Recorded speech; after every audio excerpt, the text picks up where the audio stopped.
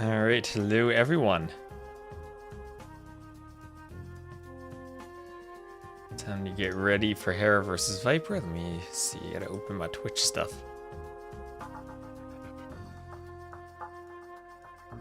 There we go. Oh, someone reacts already. 11 reacts to the mammoth.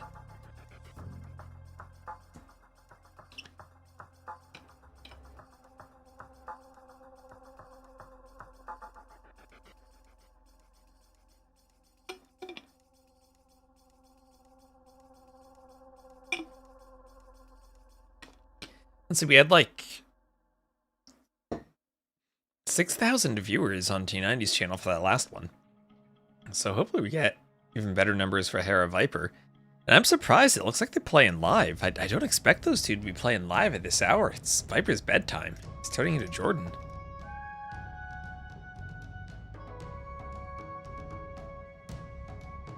They're in voice channels. Hera, channel 7. Viper, channel 12.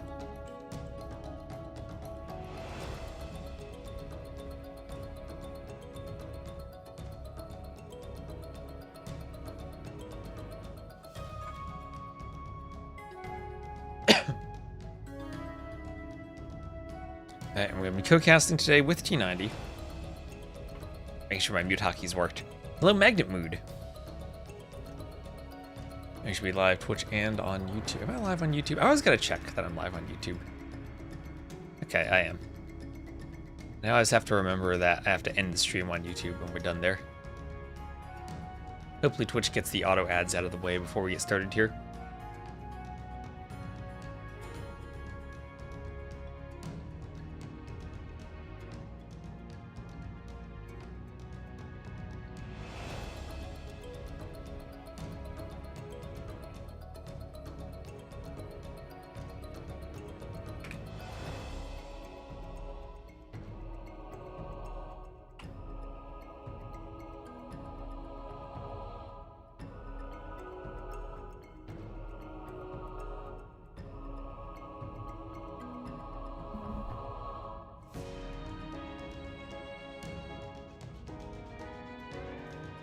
I saw.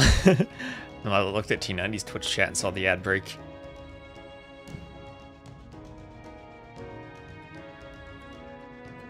What the heck, Hera Viper is today? Yes, it is today. Yo, no, sadly, Yo is already. He wasn't relegated, but he's not in the playoffs. No more Yo. But we do have Hera Viper, one of whom will be going home today. I know, I'm making a joke. I just watched Ornlu cast with T90. I'm in joking mood after watching Ornlu.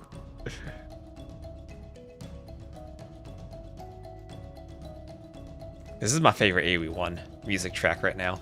Dawn of a New Age. Let me make sure my YouTube chat's showing up in OBS. It is. Lovely.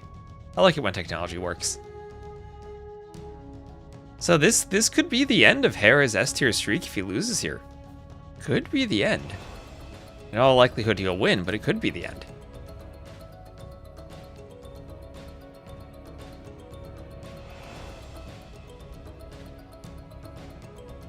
So, if you just saw Leary versus Lewis is just ending. Tristan's interviewing Leary right now. But we already have the drafts for Hera versus Viper, and we're going to start off with a banger. We have Coast Arena as game number 1. Oh my gosh, that's lovely. Lewis will take down Hera.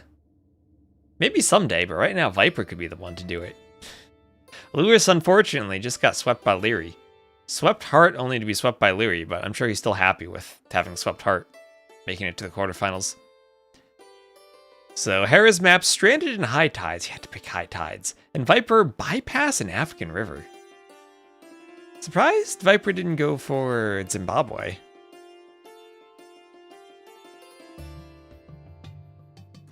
I'm glad Hera banned Seychelles and Quarry, the 2 hour-plus guaranteed maps.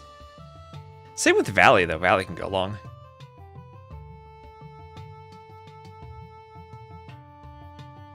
So Viper came off a very successful King of the Desert 2, but Did not qualify for Red Bull. Well, maybe that's a good thing, because I'm sure he's had lots of time to practice for this.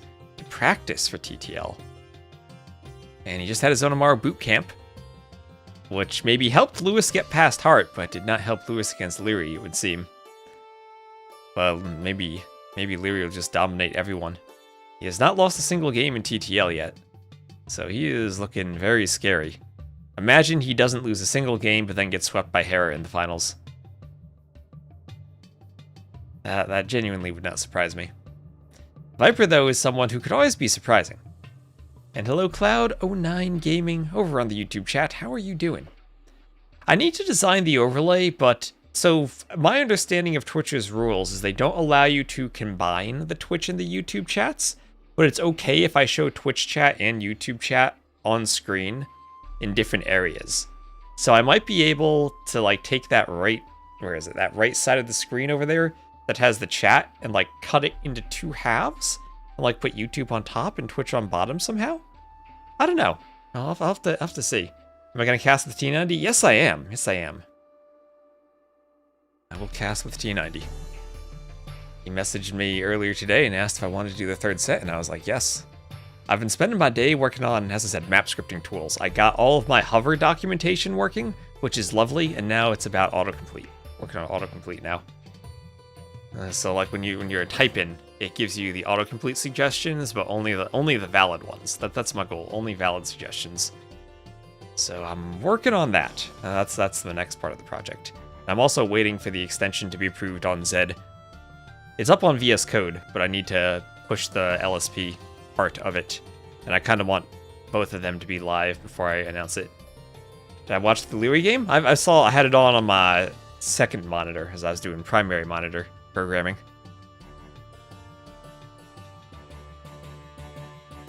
See, Steam is blanking at me.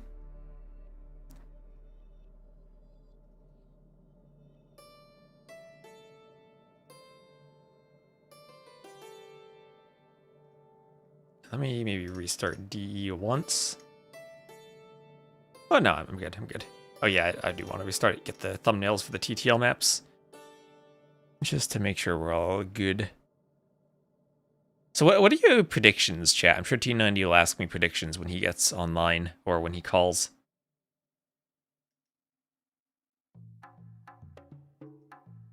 I'm gonna say... Well, when T90 asks, I'm gonna say 3-2 Hera, but I'll say right now 3-1 Hera. I'm glad that Viper picked Bypass, but I'm sad that we don't have Zimbabwe.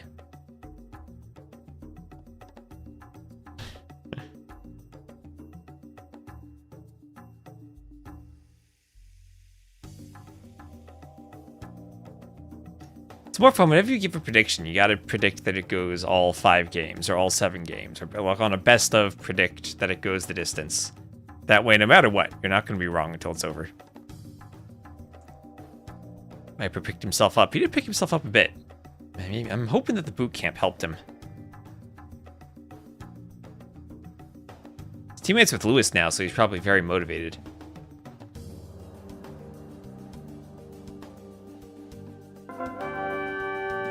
What is this sub? Sunnyflower. Attila, coward, fight and earn your right to rule. Thank you very much for the Sunnyflower emote as you sub.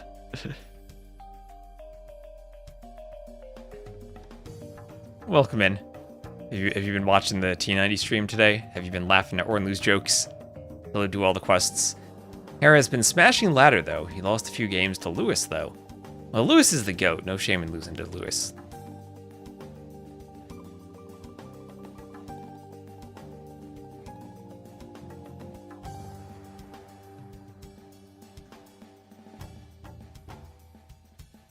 Maybe I should have added more goats to maps.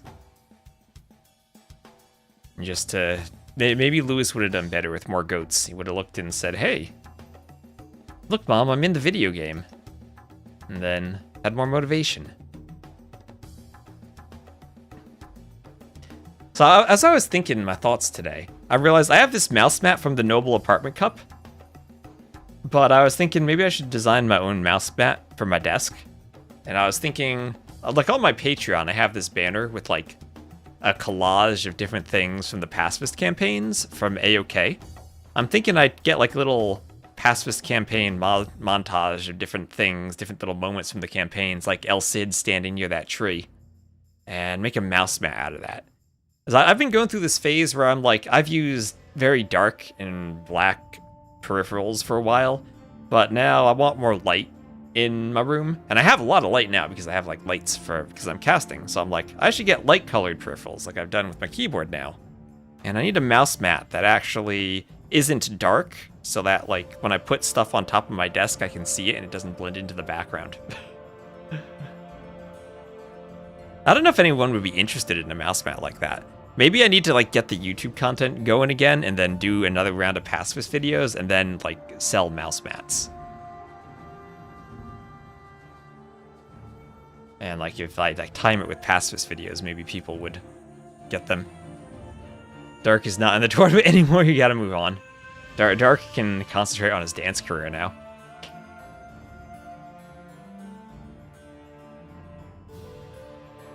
Hello, Luca?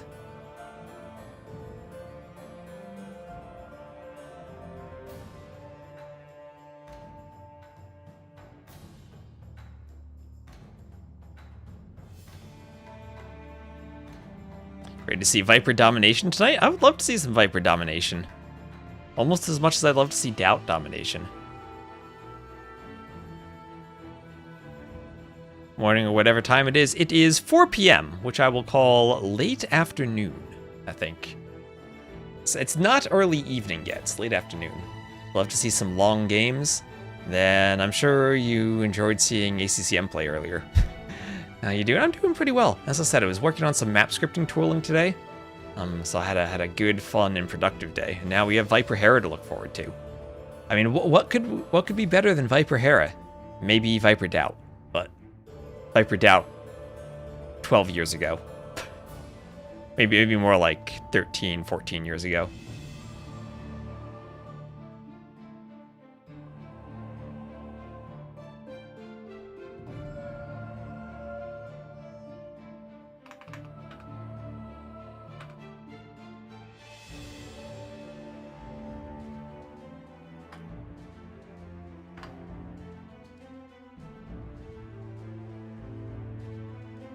Actually can't concede myth.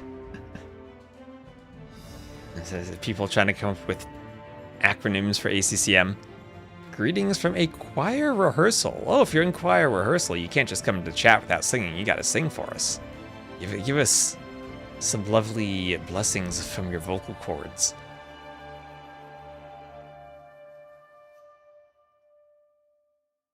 So T90's scene says he'll be right back. I'll just wait for him to call.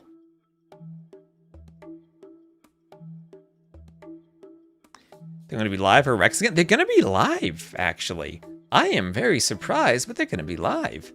I'm like, what is Viper doing? It's, what, 9 p.m. for Viper now? I don't know if he's daylight savings his clocks yet. It's either 9 or 10 p.m. for him. And I'm like, this is well past his bedtime. Like, he's been turning into Jordan recently with his sleep schedule. But these are, I see them both in voice channels right now. This is going to be live.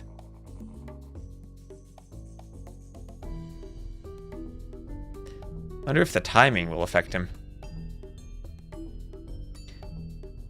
Jet lag from Brazil? Maybe. Oh, that's true. Hera might be on Ramadan. Maybe he needs to just play, like, later in the day so he can eat.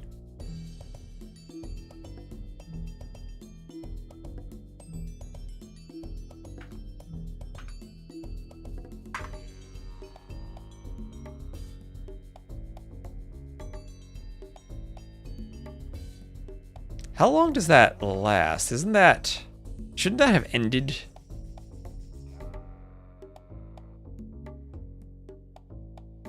Like a couple days ago?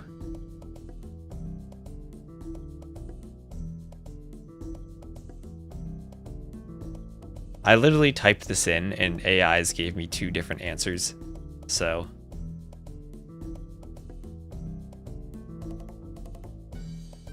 Yeah, he has been streaming at night. He's been doing the evening casts. Same AI, presumably different AIs. I typed it into DuckDuckGo, and it gave me 2 different answers.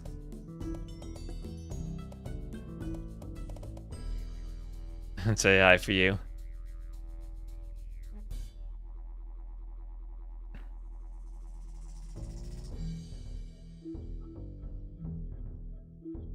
Let's see, I'll try to do another ad before the game starts, and then hopefully we won't need ads. Ever. Mostly just a text generating tool? Well, it's honestly surprisingly powerful what a text generating tool can do. It is incredibly useful as a programming aid, if you use it properly. You're immune to ads? Do you have Twitch Turbo? Or are you watching on YouTube? YouTube doesn't get ads. YouTube's lovely.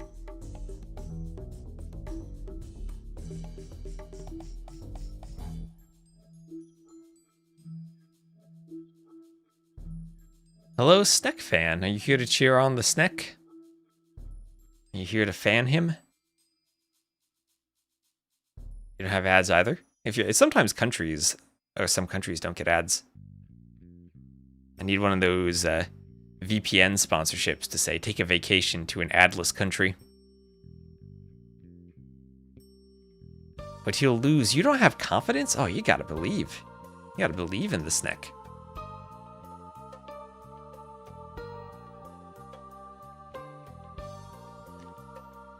Now, remember, if Hera loses, this is the end of his S-tier streak.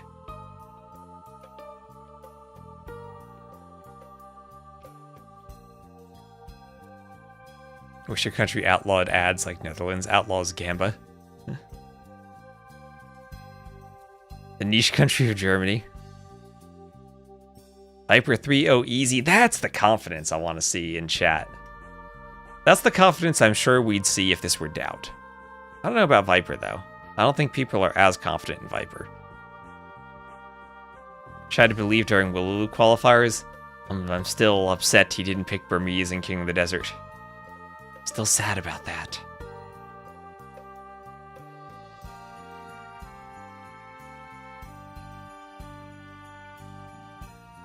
Viper doesn't have Teutons. He does have Byzantines.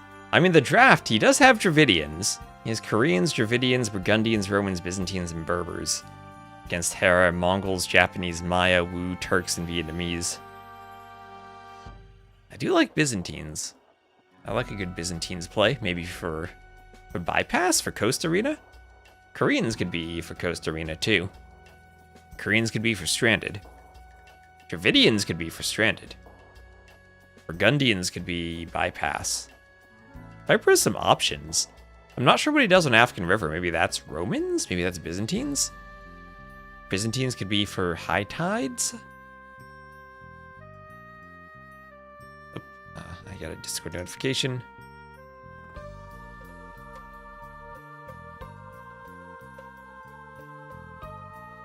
Oh, we're doing recorded games? They had to start their set earlier. Arbase, what are you telling me about? Alright, so they had to start. It's not going to be live, it's going to be Rex, and we'll be catching up. Okay. Good thing I cleaned my save game folder earlier. Feel worse for the Hulks. Yeah, I'm sad about the Hulks. I miss Galley Micro. I miss how Galley Micro gave a purpose to water maps, where players with really good micro would pick them, assuming that they'd be able to out-micro their opponents. You'd see Viper Jordan all the time picking Rooster or a very micro-intensive close water map, and they'd have a clean build and they'd out-execute and win. Now I feel water maps are kind of more generic and mixed in, and not as unique. Should have started at 20 GMT, it's now 21. Well, to be fair, ACCM did play earlier, but then Leary got a sweep, so maybe that balances out. I don't know, but they're starting, we're catching up with Rex. I guess it's not a big deal. Whoever is left over, hopefully they're here for an interview.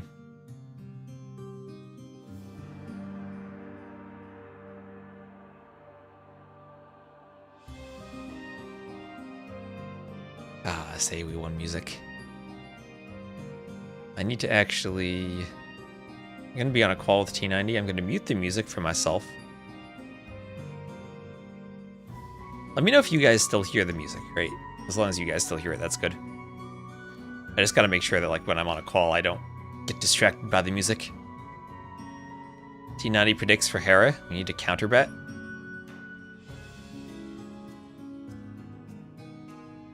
Let's go, Viper. You like to spectate while casting? That's why we should have no spec delay. Legit, that's something I know. I like to do that myself, and I did that back on Voobly. Is, like, I'll have the game actually open in-game, and I'll be listening to her cast. It's... I don't know if anyone else is a Mets fan, but what I heard is that this season, they're having the radio broadcast set up so that they have an app and it'll be less than 1 second of delay. So if you're in the stadium and you want to listen to the radio broadcast while you're at the game, then you can, and it'll be synchronized. And that actually sounds pretty awesome to have like the radio broadcast and the live game in front of you at the same time. And did they start? They're playing as Rex, so Arbase is going to share a rec, and then we're going to go with the rec whenever Arbase does his Arbase things. Due to some circumstances. That is a wonderful explanation. We know exactly what's going on. And they're going to share in like 5 minutes, so we'll see if T90 tries to call and yap.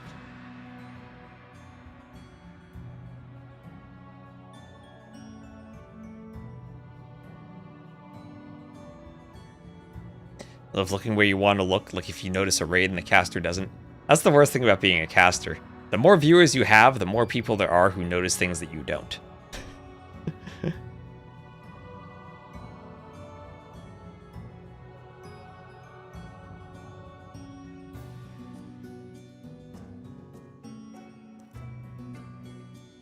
Viper here turning into Jordan.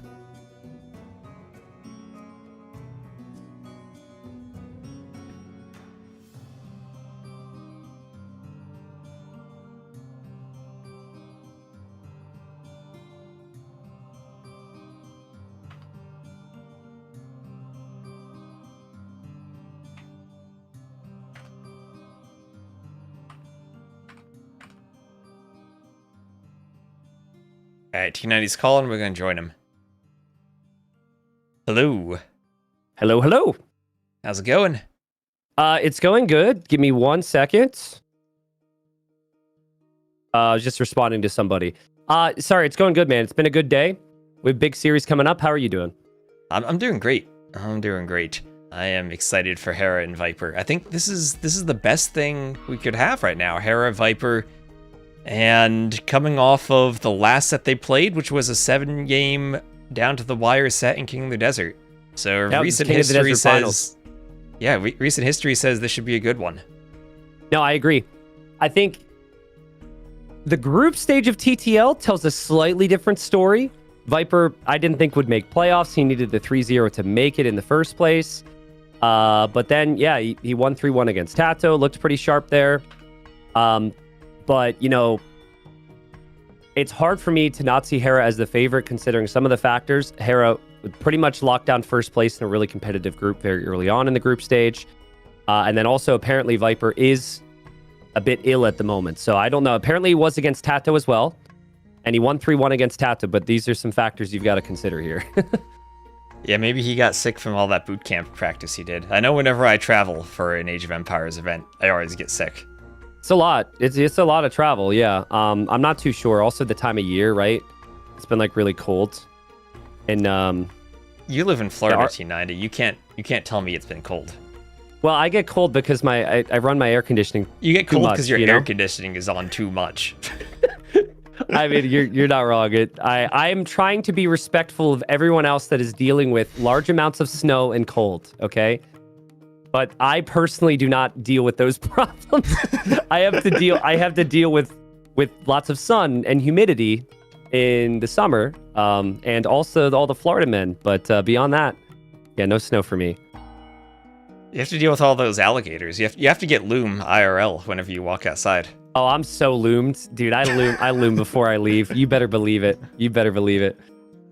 So here's the thing. So, like, I think if these are maps that have one like calculated meta way to play, I think that's very good for Hera, because I think Hera is very consistent in throughout the entirety of a game.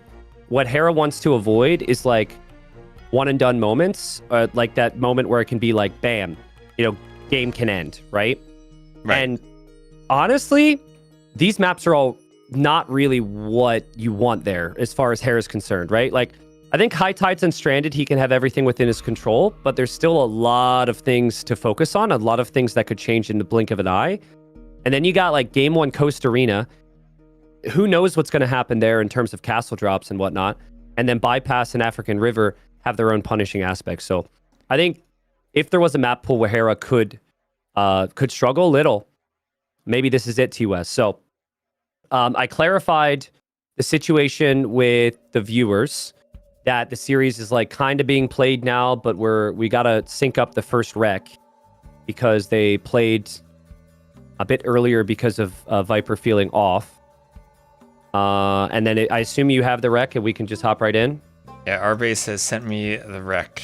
So I'm just gonna give me a second to hop in.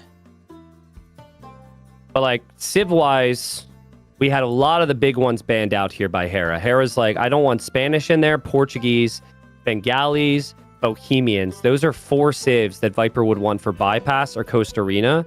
So Hera's not taking any risks there.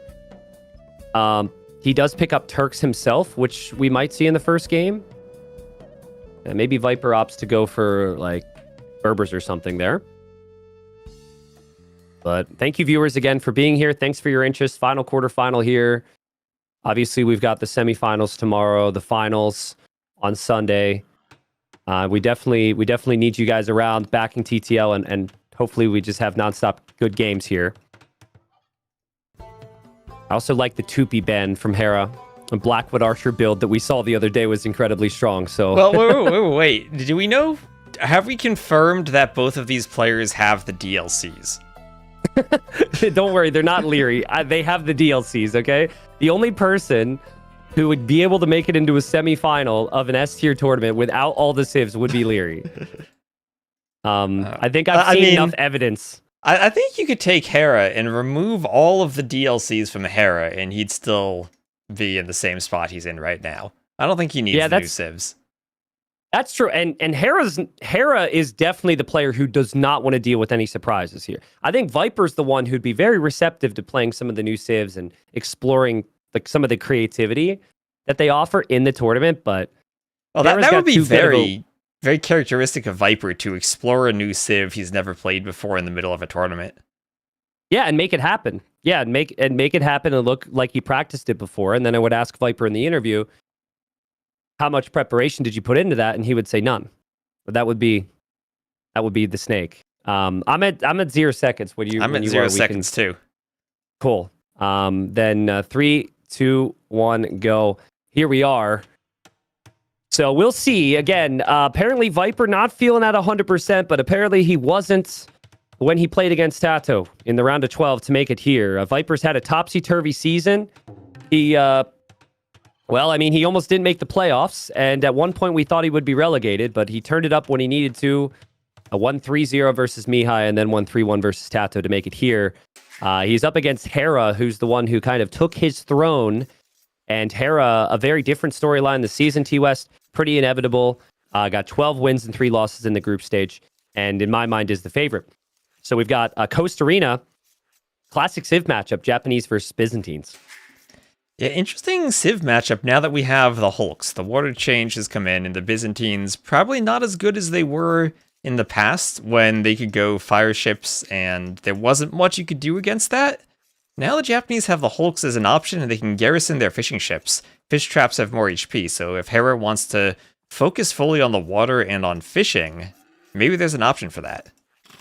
Yeah, when I first saw the map, when we first added it, I was thinking, what is the best way to play this?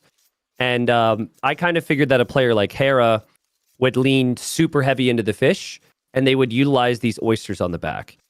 So you've got 450 gold per set of oysters, and there's 4 of them. So that's 1,800 gold along the back. So technically back there, you've got food, you've got gold. You don't need the middle if you don't want to. So I think with the garrison fishing ship change, with the Japanese fishing ship bonuses, I think that Hera is clearly going to go super heavy on water here. But also Viper should know all of this. And Viper's played a lot of Coast Arena.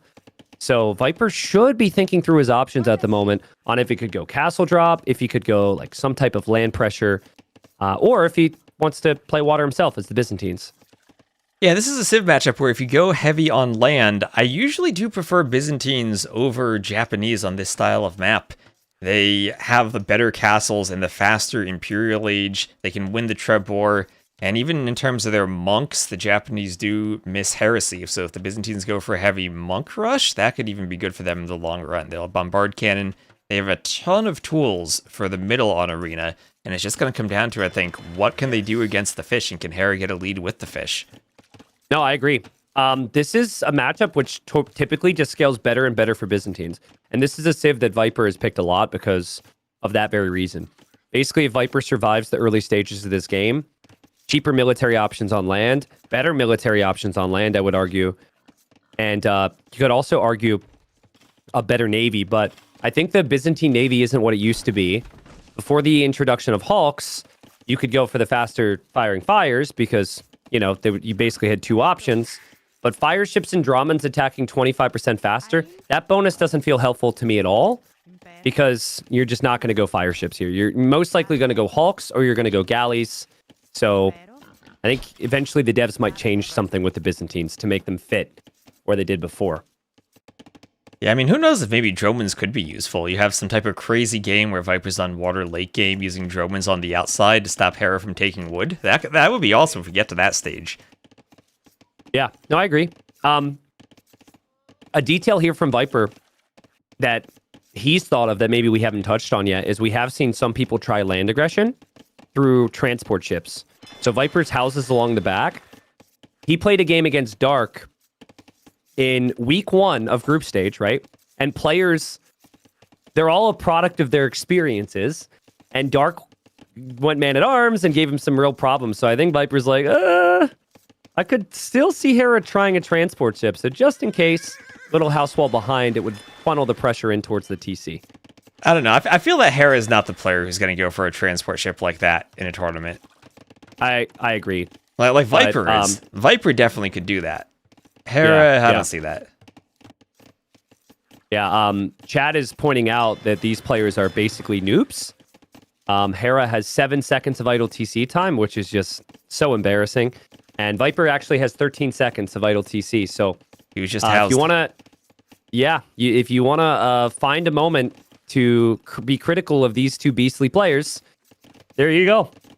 They're down like a third or half of a villager. Shame. I don't know, if you're in chat and you're 800 elo and you practice your Dark Age, you could be better than Hera and Viper. So there you go. And actually, thank you for the setup. We are running a community tournament with these maps. If you are watching right now, at least live, you still have time to sign up. The signups end tomorrow after the stream, basically. So we have 300 people who've entered. We've got the Foam League, the Sand League, the Tin Can League, the Titanium League. We've got like freaking 30 different leagues, and maybe more depending on signups. You very quickly went from like foam and tin to titanium. Those are some very different materials. I went the wrong order. I think titanium's the highest in the community league, and then it goes down from that, and then you get down to like mud and sand and all the other ones. So we don't have a poop league. We're not getting too mean with it. This is serious business. But yeah, seriously, if you want to sign up, TTLC command and also image below the stream because it'll be fun. Yeah, and then if the maps break, you can always DM me and blame your losses on me. That's perfect. That's even a better reason. Well, Hera's doing exactly what we thought he would do, but almost to a greater extent than we've seen from anybody else. He's gone 1, 2, 3 docks. All 3 docks are pumping out fishing ships. And he still hasn't clicked up. So this could honestly be a fast imp. With 16 fishing ships, I could see Hera getting a lot of food income here. A Viper, he went 2 docks himself. I think he's also pretty happy with the amount of fishing ships he's adding, because he goes up towards 10. And I guess with the cheaper imp with Byzantines, it could be still a fast imp here, but Hera's fishing like a madman. And it's not like Viper isn't adding in fish. He has 10 fishing ships and 2 docks, but that's 16 Japanese fishing ships and more on the way for Hera. I guess with garrisoning in the docks, he's not worried about being attacked now. He'll defend with hulks if he sees fires, garrison in the docks if he needs to. But he is treating this as a pure water map right now. He did this, I mean, both players known for adding quite a few fishing ships, but Hera did this on Stranded. And on that map, he lost because he ended up losing the critical middle area where you could take wood. On this map, that's not really as big a concern. And like I said, there is enough gold on the back. He's taking the oysters. So if you calculate it, you could have more food income than the opponent. You could maybe get to the Imperial Age. And then if you need the other golds, you could maybe just get to Imp and treb everything down that's pressuring you. But we'll see. As of yet, I'm not really sure what either player is going to commit to. No sign from Viper that he's going to go like heavy on monks or anything. And he will make a fire galley, and he's going to make a Hulk here. Yeah, no stone for Viper either. Byzantines could always go for that 1 TC Imp castle drop play. I don't know how effective that is if your opponent has a big fishing eco, but there always is the option of getting Imp, getting Trebs, taking out the TC, and all of a sudden, yeah, you have oysters, but then Hera doesn't have gold control. Yeah, so they're basically both going water. And the weakness of the water build is if someone super hard pressures you on land, but neither player is hard pressuring on land. They're both going water. Economically, Hera's fine. And I think with the Navy, he's fine because going fires against Hawks is just a bad play. Like, Viper doesn't know what he's up against, I guess. He'll find out. But I don't think the faster working fires should add to a whole lot here for Viper. Finally, we have ships fighting each other. Oh, I don't know if you ever noticed this, T90, but the Hulk that Viper has, the sail changes while it's attacking. Like, it goes to that tall vertical sail. Oh. Whoa. Whoa, devs. What are we doing? The sail changes. Did they buy a sail package and then they realized they ran out? They had too many sails, so they had to use both of them? They probably did because it changes to the wrong civ. Every civilization has their own set of sails regionally, but while that one's attacking, it swaps the graphics incorrectly. Bro, I'm really disappointed you brought that up because I'm not going to be able to not see it now. You're going to see that every single time now. Oh, God. Oh, no. I can't unsee it. I wonder, is it the same with the upgraded one? The upgraded Hawk does get a slightly bigger sail. And the Viper's coming from both sides right now, and the Hawks are currently holding the line for Hera. Hera just needs to keep his fishing ship lead. And if he keeps his fishing ship lead, he'll be very happy. The scouts are also engaging in the middle, where Hera has added more scouts. So Hera is going scouts with the additional food, most likely to stop Viper from getting any relics. I like that decision. On water, things are a little bit awkward for him, but with the garrison of the dock... Oh, it's actually very close. It's very, very, very close right now. And Viper does have that earlier commitment to the medium warships upgrade. But now that Hera has that, he has a lot of hulks. And Viper, well, the counter to the hulks is the war galley. Viper doesn't have any war galleys. It's all fires trying to use the Byzantines bonus. But now civs have a straight counter to that with the hulks. Yeah, so the way, for those that haven't seen the hulks before, hulks counter fires, fires counter galleys. That's the way water works with this change. The only reason Viper has gone fires is because his civilization gets faster working fires. But it is not ever a ship you want to make when your opponent has hulks. So I think for Viper, you know, he was hoping the 25 extra, the 25% attack speed would make a difference there. But hulks are designed for this. And Hera's also got the ship speed upgrade as well, and it's going to be going both sides while also protecting the relics in the middle. So, in my opinion, a wasted investment from the Viper. It feels like this game has gone exactly the way Hera wanted it so far. He's had the fish boom, he defended against fires with hulks, and he has scouts to secure the middle with all the extra food he has. It feels like if he could have dreamed of what is the perfect Coast Arena game, this would be his dream. Well, yeah, it'd be a dream because his opponent is going fire ships into hulks, right? Like... That's like going like skirmishers into knights or something like that. Like I really don't think the fire ship decision really clicked for me. I think it almost felt experimental. And Hera able to now loop around. Obviously, he still has his 20 fishing ships behind. And Viper is still going to add in some fires. Maybe hoping for the mix of the Hawks and the fire ships to make the difference here. And I feel like he's still even struggling to defend by his own docks. Yeah. Well, you say that, and he does tie it up there a little bit. You still have the home field advantage with the production, so it's not bad. And Viper's actually going Spearmen and Monks through the middle. And Hera lost a couple scouts there. Now, this is where, in theory, things should get really complicated for Hera, because now he's got some chaos to deal with on land. And this is how Viper won some of his other Coast Arena games. It was the super hard land focus with the Monks. Yeah. That was funny. Viper converts Vills, and Hera just converts them right back and sends them right back to gold. Sends them right back to mine again. Hera snipes one monk in the middle. We Yeah, still but have the Navy scouts go from down. Bow. What kind of worries me from Hera's point of view now is that his fishing ships have been so good that he's running out of fish. He doesn't have any more fish in the back of his base, so he needs to make a movement to either side, which he has the water control to do, but it's going to be tricky because he needs to get docks out there if he wants to keep fishing efficiently. Also, this is the moment of the game where Hera can absolutely lose, because he's taken oysters and they're all gone. So if he gets castled on his gold right now and it goes up, he then has no gold to fall back to because he planned his whole game plan around taking those oysters. Yep, and Viper has the stone for that castle right now. Hera was maybe hoping to have more map control with the scouts to prevent that, but Viper has an opportunity, and there it is. There's the castle. And I don't think Hera stops that. There's no way he stops that, right? Well, he's already on stone, though, and he has a market. So if Hera sees this, he needs to immediately react with his own castle, or, of course, deny it.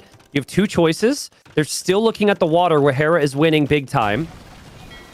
Hera sees it. Hera will move out. Viper with the quick walls. Let's see what Hera does. He's got 620 stone. I mean, he's converting the villagers, which is forcing the villagers away. The Lycav are looping around. Hera can actually convert Viper's monks. Viper doesn't have this fully walled. He's got Byzantine spears, though, right? He should be fine. A lot of vills got converted. The Lycav and the spears are engaging. Hera will go for his own castle, which is surprisingly close to this. Like, if Vipers goes up, Hera's could get denied, but Viper doesn't have many vills. Did Viper send enough vills there? Well, we'll find. I can answer that question in about 20 seconds. No, he did not. He didn't. No, he did not. I mean, that was really well played from Hera. He converts. He looped around with the Lycav, and we always knew he was going to have the economy lead because he was winning water and keeping the fish alive. Well played. I think that's just sheer confidence from Hera. He's like, I will fish boom. It's on you to come and try and pressure my fish. And even if Viper, like, let's pretend Hera doesn't have those 3 Lycav, okay? Even if that castle goes up, I think Hera just builds his own behind this, and then has the better economy and can probably go Imperial Age to treb it down. So both basically tried to play water here, T-West. Hera leaned into the water a bit harder than Viper. But I gotta say, I'm not a fan of playing fire ships into Hawks there with the new balance. Yeah, I feel like I agree. That was a questionable move. I 100% agree with you there. I think that it's tricky now because no matter what you do, if you open with one ship, your opponent can counter it. And I think it's a lot harder to get 3 different types of ships balanced properly that far away from your starting docks. And when Hera is the one defending, it's easier. He can react, he can see whatever Viper makes, and he can produce the right type of ship. Viper needs to basically anticipate what Hera is doing so he gets there in time to kill the fishing ships, which now just hide in the docks. So it's really hard to stop the fish boom now. Yeah, and players are gonna play the eco side to the maximum there and get away with every advantage they can. Hera perfectly used the oysters on the back and the fishing ships. And not a bad start at all for Hera there. So I think for Viper, maybe a bit of disappointment that he didn't just play the full land aspect. Like, I think that's the way to counter Hera's style there, is actually play Spearman Monk Siege, and you just don't invest into the water. But it seemed solid. It just felt like Hera just a bit greedy there, or confident with his approach. We'll have the second game. This will be Viper's home map now, and that's where Viper will probably need to send it. And two very different maps, Bypass and African River. What map is best for Viper? Like, to recover here, get some momentum against Hera. What do you need, the closed map like you kind of just had, or do you want the open map like African River? If I'm Viper, I feel that Bypass should be the map where he'd feel most confident. But at the same time, you might not want to play two closed maps in a row when you just lost one. Yeah. Yeah. You could also use process elimination too. Like now at this point, you look at Hera's draft, and Hera's still got Turks on there, and you already played Coast Arena. So the positive for the closed map is the only place that Hera's going to play Turks is probably Bypass, and then you consider the matchup and whatever you would have available here, which I think Viper will always have faith in himself playing Burgundians, but Burgundians against Turks is worrying to me. So if I were Viper, I would probably go for the other map, especially because Hera doesn't have Japanese anymore. Like, Hera can't play Japanese on African River. That's one of the best civs there. Yeah, I think that's the way I see it. Yeah, I think I agree with you. You're kind of anticipating Turks for Bypass. So maybe if you do just want to pick up a win and you think you have a civ that counters Turks very well, you go Bypass now just to get that out of the way.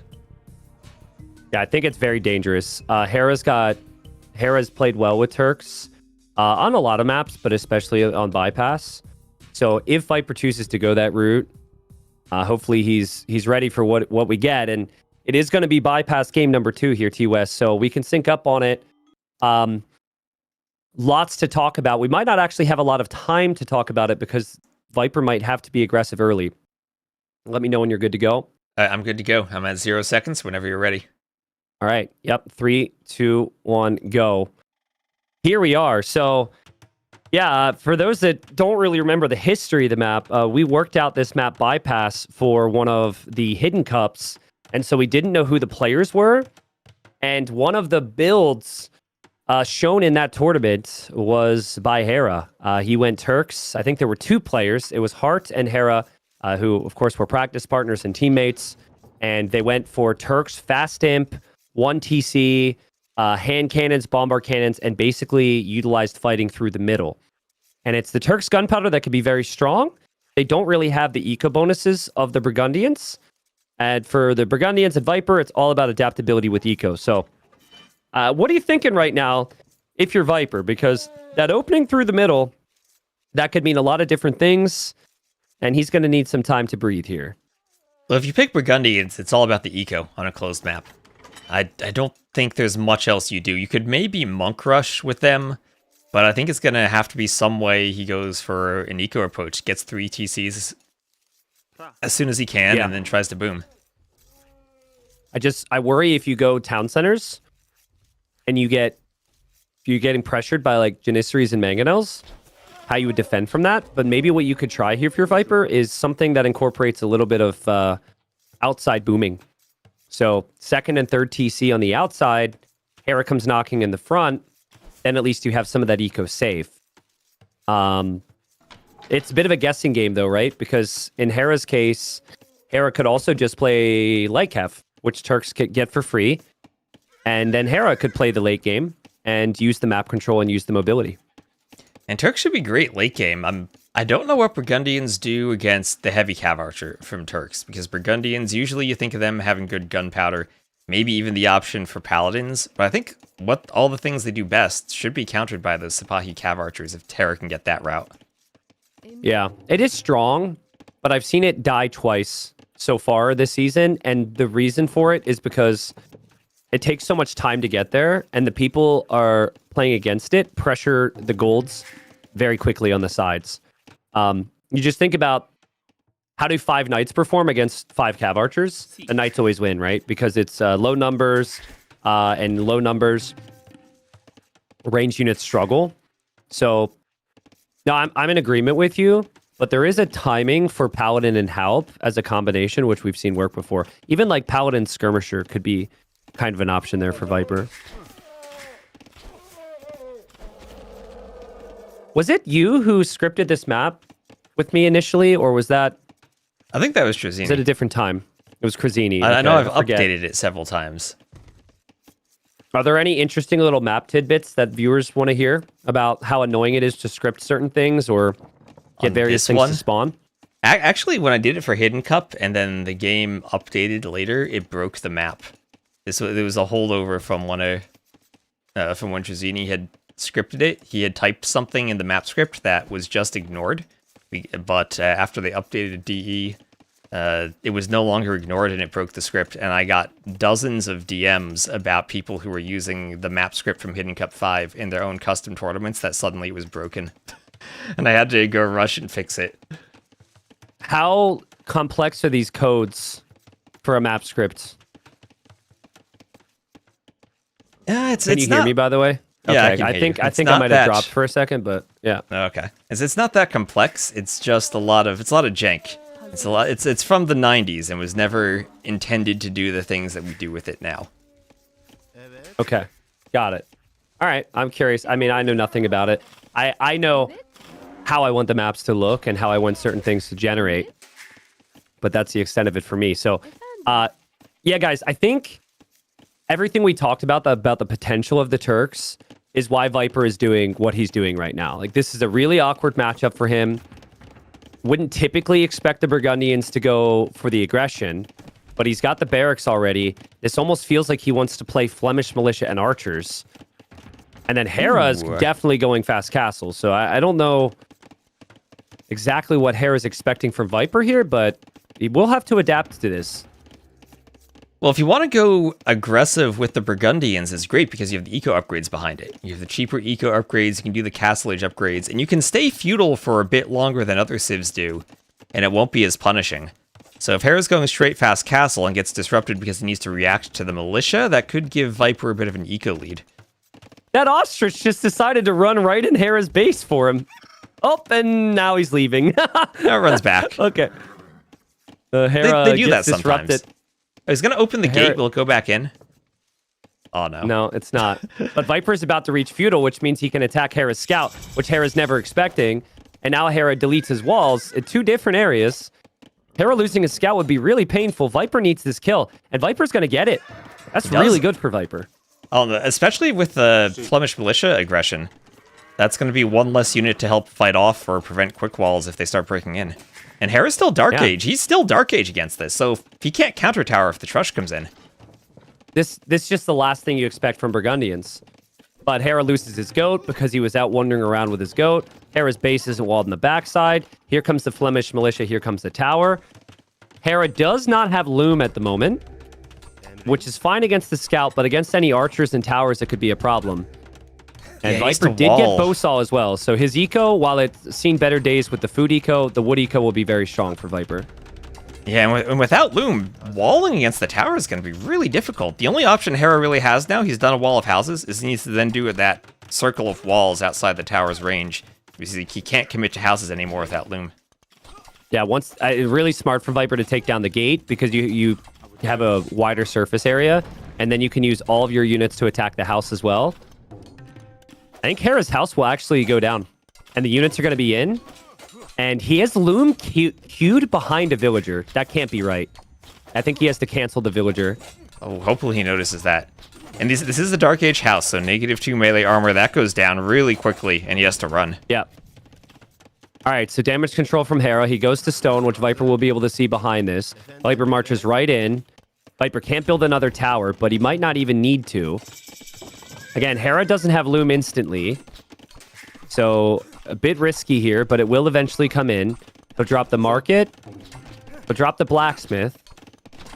To get the gold to click up to Castle Age, he would have to sell, which is doable, but man, this is just at the limit for Hera at the moment. And the units are through. Before loom is in. He doesn't wall. He doesn't wall. That's He doesn't get the quick wall. Yeah, I mean, this could be game ending. That could be like 5 villagers dead. Hera late to loom. Hera loses 1. Hera will lose 2 at least. And then the army's still there, even with loom.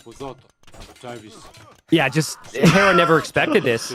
He never expected Viper to do this with Burgundians, and he's just lost 5 vills. 6 vills? 6 vills. That's close. That's close. 6 vills.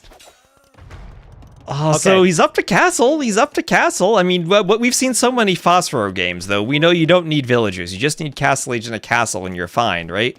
Well, that's what Hera's got to be believing here. Well, yeah, so the game state's pretty clear. You need to do a lot of damage very fast because this is obviously very, very bad. With my experience watching, Viper needs to wall his base with stone to prevent and delay any counterattack from Hera when Hera eventually gets to this castle. Hera is not going to resign or tap out, even though this is really bad. The walls need to be there for Viper, and he is actually going to go for the forward stone walls now. Yep, and exactly what Viper's doing, the forward stone walls, and that way you have that quicksand, but on the other side you can do a second layer of walls back behind your base. So even if Hera does that castle to break through the front walls, you can go back. And, I mean, you don't even need to abandon the front of Hera's base. He's not going to have any military once he gets up. You have archers. Maybe Viper could think about doing fletching, and then he can camp that gold. So he camps the gold, he stops Hera from doing a forward castle, and he can scout the outside and check if Hera goes around. Because I have seen that sometimes. You send a bunch of vills around and drop the castle. Yeah. But that takes a lot of vills, and Hera doesn't have that many vills left. There's a reason why certain players will ban these types of maps, because there's a bit of guessing games. And we can see their builds, but the players won't know with certainty. And I think for Hera, he will argue that maybe he just guessed a little bit wrong. I don't think he was initially planning on going to stone, by the way. I think that was an adaptation. He thought Viper would boom, and he thought he could maybe pressure the boom. But what a great job from Viper. I think there's still a little bit of worry here. But you've essentially been in Feudal Age working with Castle Age eco upgrades. Your eco's looking good. I even like the double layer of stone walls in case Hera gets through the first layer. I guess will take Hera a lot of time to do any damage. Yeah, and he has to do the workshop before committing to TCs or anything else. So he needs the workshop so he can get the castle forward on the gold, and needs to clear the archers before he goes there. This game should be, at this level, Viper's game, in my opinion. I don't think that I'm overselling it. 6 villager kills and up this many eco upgrades and having the stone walls. All is incredible for Viper, but he needs to do the final step. He needs to get to castle and adapt from there. A little surprised. There's some tiny details here, like would expect Viper to have a market right now to buy that food to click up to Castle Age already. But I guess at the end of the day, the damage is done. And yeah, here comes Hera with the castle. Nice shot from Hera. Yeah, pretty much exactly where you expect the castle. Mangonel lets him get it there, but at least just the fact he had to do a workshop and a Mangonel first is a bit of damage. I mean, game 1 started to go Hera's way, and pretty quickly, that snowballed into a Hera victory. There was that one last-ditch effort from Viper with the castle. Now Hera's behind. Hera's the one building the castle. But this is where Viper having the additional layer of stone walls is really important. I think it's fully walled. I think there's a tree behind the wall on the right side. And Viper's even adding more stone walls now because he knows Hera will try and break through soon. Yeah, Viper can just go full Fat Slob. He's like, Fat Slob's retired, I'll carry on the legacy. I'll wall this passage up with as many layers of stone as I can. And slow down Hera as much as possible. Yeah, what do you do then if you're Viper with military? It's always funny when we mention Fat Slob, there are people watching who don't know that's the name of a player. And I think they think we're fat shaming somebody. No, guys, that's the name of a player. Look it up. Classic player who used to go for lots of stone walls. We're not fat shaming anybody, all right? It's his name. Only 2 layers now. That's not going to hold for too long.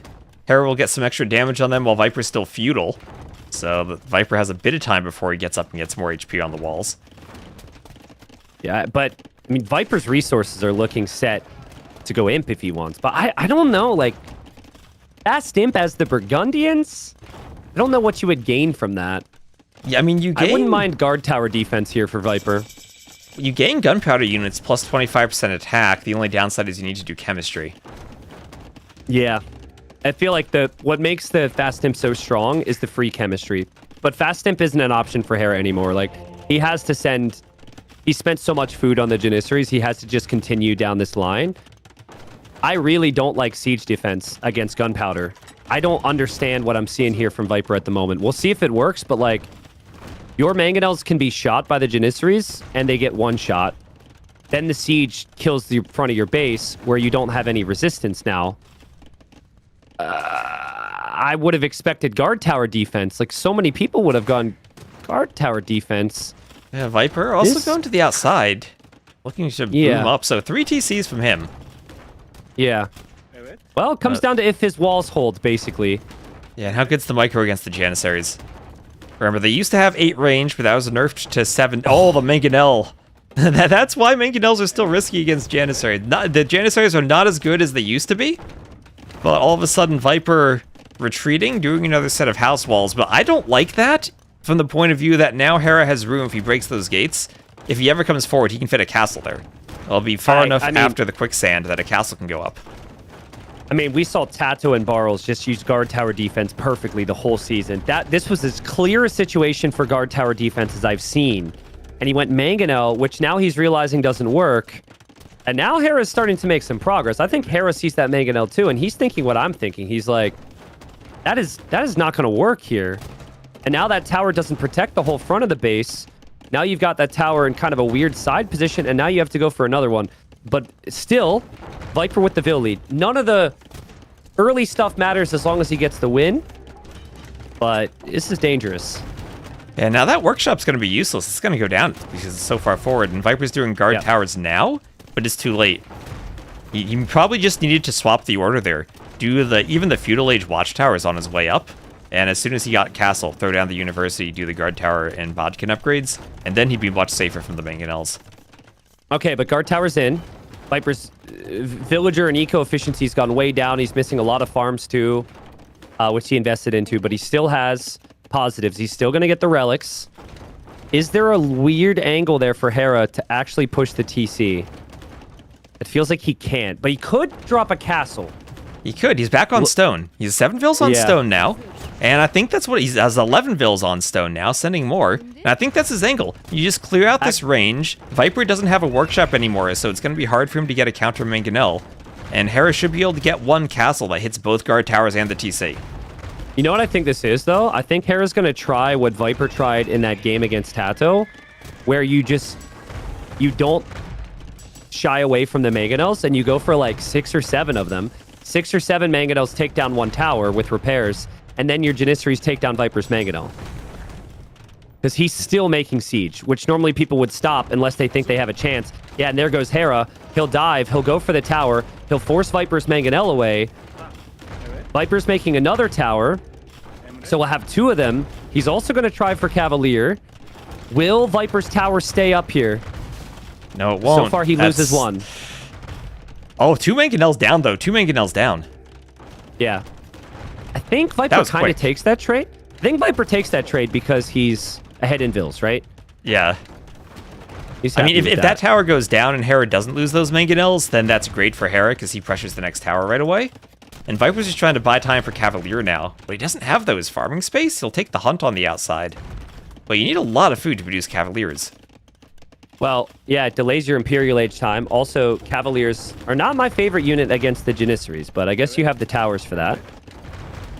And Hera just continues to reposition, but I see the stone. Hera knows he's behind. Here come the villagers. Forward castle incoming from Hera. That's one way to get rid of towers, is drop a castle. There it's going to be. Viper will have the Mangonel, but he won't have much else army to defend from this. And, oh, castle foundation. Oh, 20 HP. Viper could hit the castle foundation. Oof. Okay. I was scared there. Yep, same. Can Hera complete this castle, T-West? I think he can. This is much better than Viper's spot. There's only one Mangonel. The towers don't hit the Vils. The Mangonel's down. Hera has the castle. And, you know, Bypass is a map where Viper he's done it. He's gone to the outside. He's booming on both sides, trying to avoid needing farms by going for the berries. But now the Cavaliers are kind of useless because they're not going to take a fight under the castle. Yeah. I mean, also look at where Viper invested his eco and his setup. It's all right behind this. It's not like he has the rest of his eco expanded. No, 2 town centers are here. His stables are here. His monastery's right there. And I just can't help but think back to the position, right? Like, if Hera wanted to drop a forward castle, before, he can't build on the quicksand terrain. But all because Viper went for the siege defense and didn't play guard tower from the second Hera started the push. Hera's been able to find a little bit of space, use the space, and now he's breaking down the door. Well, Viper's going to go around the outside, and this is where things get risky for Hera if he doesn't see the Cavaliers, or doesn't quick wall in time, because his walls are still open. He never re-walled there. He has a bunch of vills out on that gold, and here come the Cavaliers from Viper. Finally getting the raid he wants. And Hera's got nothing at home. So that explains the Cavalier. So Viper's like, I can't defend from you. I'm going to counterattack. 40 villager lead for Viper at the moment. He's getting better upgrades on the Cav too. But he's going to have to fully evacuate his base, I think. He's going to be down to 1 TC now. He's trying to throw up farms on the outside. I mean, as long as Hera continues this push with the siege and the Janissaries, he will be very happy. It doesn't matter. He loses some vills. He's already been behind in vills. Eventually, Viper's going to have to face the music. I think the game plan for Viper is to do that. He's massing Cavalier and seemingly waiting to turn around and engage. But yeah, Viper, things went according to plan until they didn't here. Hera's push has been insane. Oh, Hera moved the Janissaries away from the Mangonels. This could be a horrible fight for Hera. Oh, Cavalier go through. This would slow down the push massively. And can Viper clear the units too? If Viper can clear the units as well, that could be a game ender. A Cavalier and Castle Age is something only the Burgundians get. Hera will find a choke point to stand in. Viper will delete his own gates. Engagement's okay for Viper. Meanwhile, Hera's trap that he performed, it doesn't work out. He's got lots of vitals. Was deleting that gate good? I feel like that let Hera escape. Let Hera get to the stone. Yeah, it almost felt like he deleted the gate too early. Like, Hera wasn't using the gate. I have no clue. It's safe to say that this is a mess. And in this mess of a game, Hera is now going to build a town center in Viper's starting base to take the stone. And he'll have more TCs. That's going to be his third TC. Viper only has 2 now. Yeah. I mean, Viper does have relics, which should stay the case for a while because Hera lost the siege to push. Viper did utilize the food on the outside with various mills. Like, all the adaptation options you have on bypass, Viper is utilized very well. And still, it doesn't feel like either player has a way to end the game quickly, which should favor the Viper because Viper still has a massive villager lead. Yeah, and Hera losing all those Mangonels, as you said, slows down the push. Also means the stables don't get destroyed, so Viper still has Cavalier production. Viper even doing Devotion. Now, Archer is going to switch back to Viper here for a second, and never mind. Archer chooses Hera's side, but, you know, where Viper really thrives, I feel, especially these days, is like the chaotic multitasking games, right? And that's what he's able to do at the moment. The Cavalier under 2 different town centers and attacking the wood line. Hera's stuck. Like, Hera cannot push anymore because he lost the siege, and freaking Viper is going to walk around and try and castle drop Hera's base. He's got 10 vills, and with the Cavaliers, this castle should go up. Right? There's no way Hera denies this, is there? He doesn't have any army at home, unless he somehow gets a Mangonel and one-shots it, but nothing going in the workshop. And does this end the game if this castle goes up? I would be a game ender, I think, because Hera spent so much time investing into the farms. He's essentially shifting into a boom, but, like, Viper has so many Cavalier at home. He's got so many Cavalier to support, and Hera doesn't even let the castle go up. Hera sees the castle foundation and taps out. Honestly, I got a little worried there for Viper. We're so used to people making, like, the perfect decisions, and I think he was maybe a little late to the guard tower decision. But the reality is his opening was really good, T-West. He got amazing damage in on Hera, and he expanded so nicely around the map. Cavalier was an amazing choice. If he didn't get the counter raids in on Hera, I think Hera would have been all over him. Yeah, he was far enough ahead from those militia killing 6 vills that he could afford to make probably a couple of mistakes with the walling, maybe not going for tower that let Hera in, but at the end made the good decision to raid with the Cavaliers instead of fighting that one in the game. Also, how many villagers does Hera lose if he gets Loom? Maybe If he two? gets Loom, maybe even he wins the fight against the militia with the Vills initially. I mean, not just Loom, but if he gets one house walled about 5 seconds earlier before Viper walks in, then Viper doesn't get the kills. I think it was a miscalculation from Hera. He thought his houses were going to stay up a bit longer. He thought the palisade walls that he had placed was enough, and then probably didn't realize, just because of the pressure, that that Loom was not going to be timed as well. So I like it from Viper. Sometimes we think about a matchup and you think there's only one or two ways to play. Burgundians typically go boom. Burgundians typically go light cab. Burgundians go fast castle every single time there. And Viper's like, you know what? I don't want to give Hera that type of game. And yeah, Turks are out of the way now. So that's really nice. Yeah. Well, in the first game, Hera read the Civ matchup perfectly. He played, as I said, pretty much the dream Japanese versus Byzantines game. And felt like the dream turned into a nightmare for game 2 for him, with Viper going for those militia.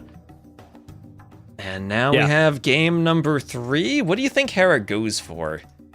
Because I think the two best maps for Viper were Coast Arena and Bypass, but now they're out of the way. We've turned this into a best of 3, with African River, High Tides, and Stranded remaining. You know, it's a good question.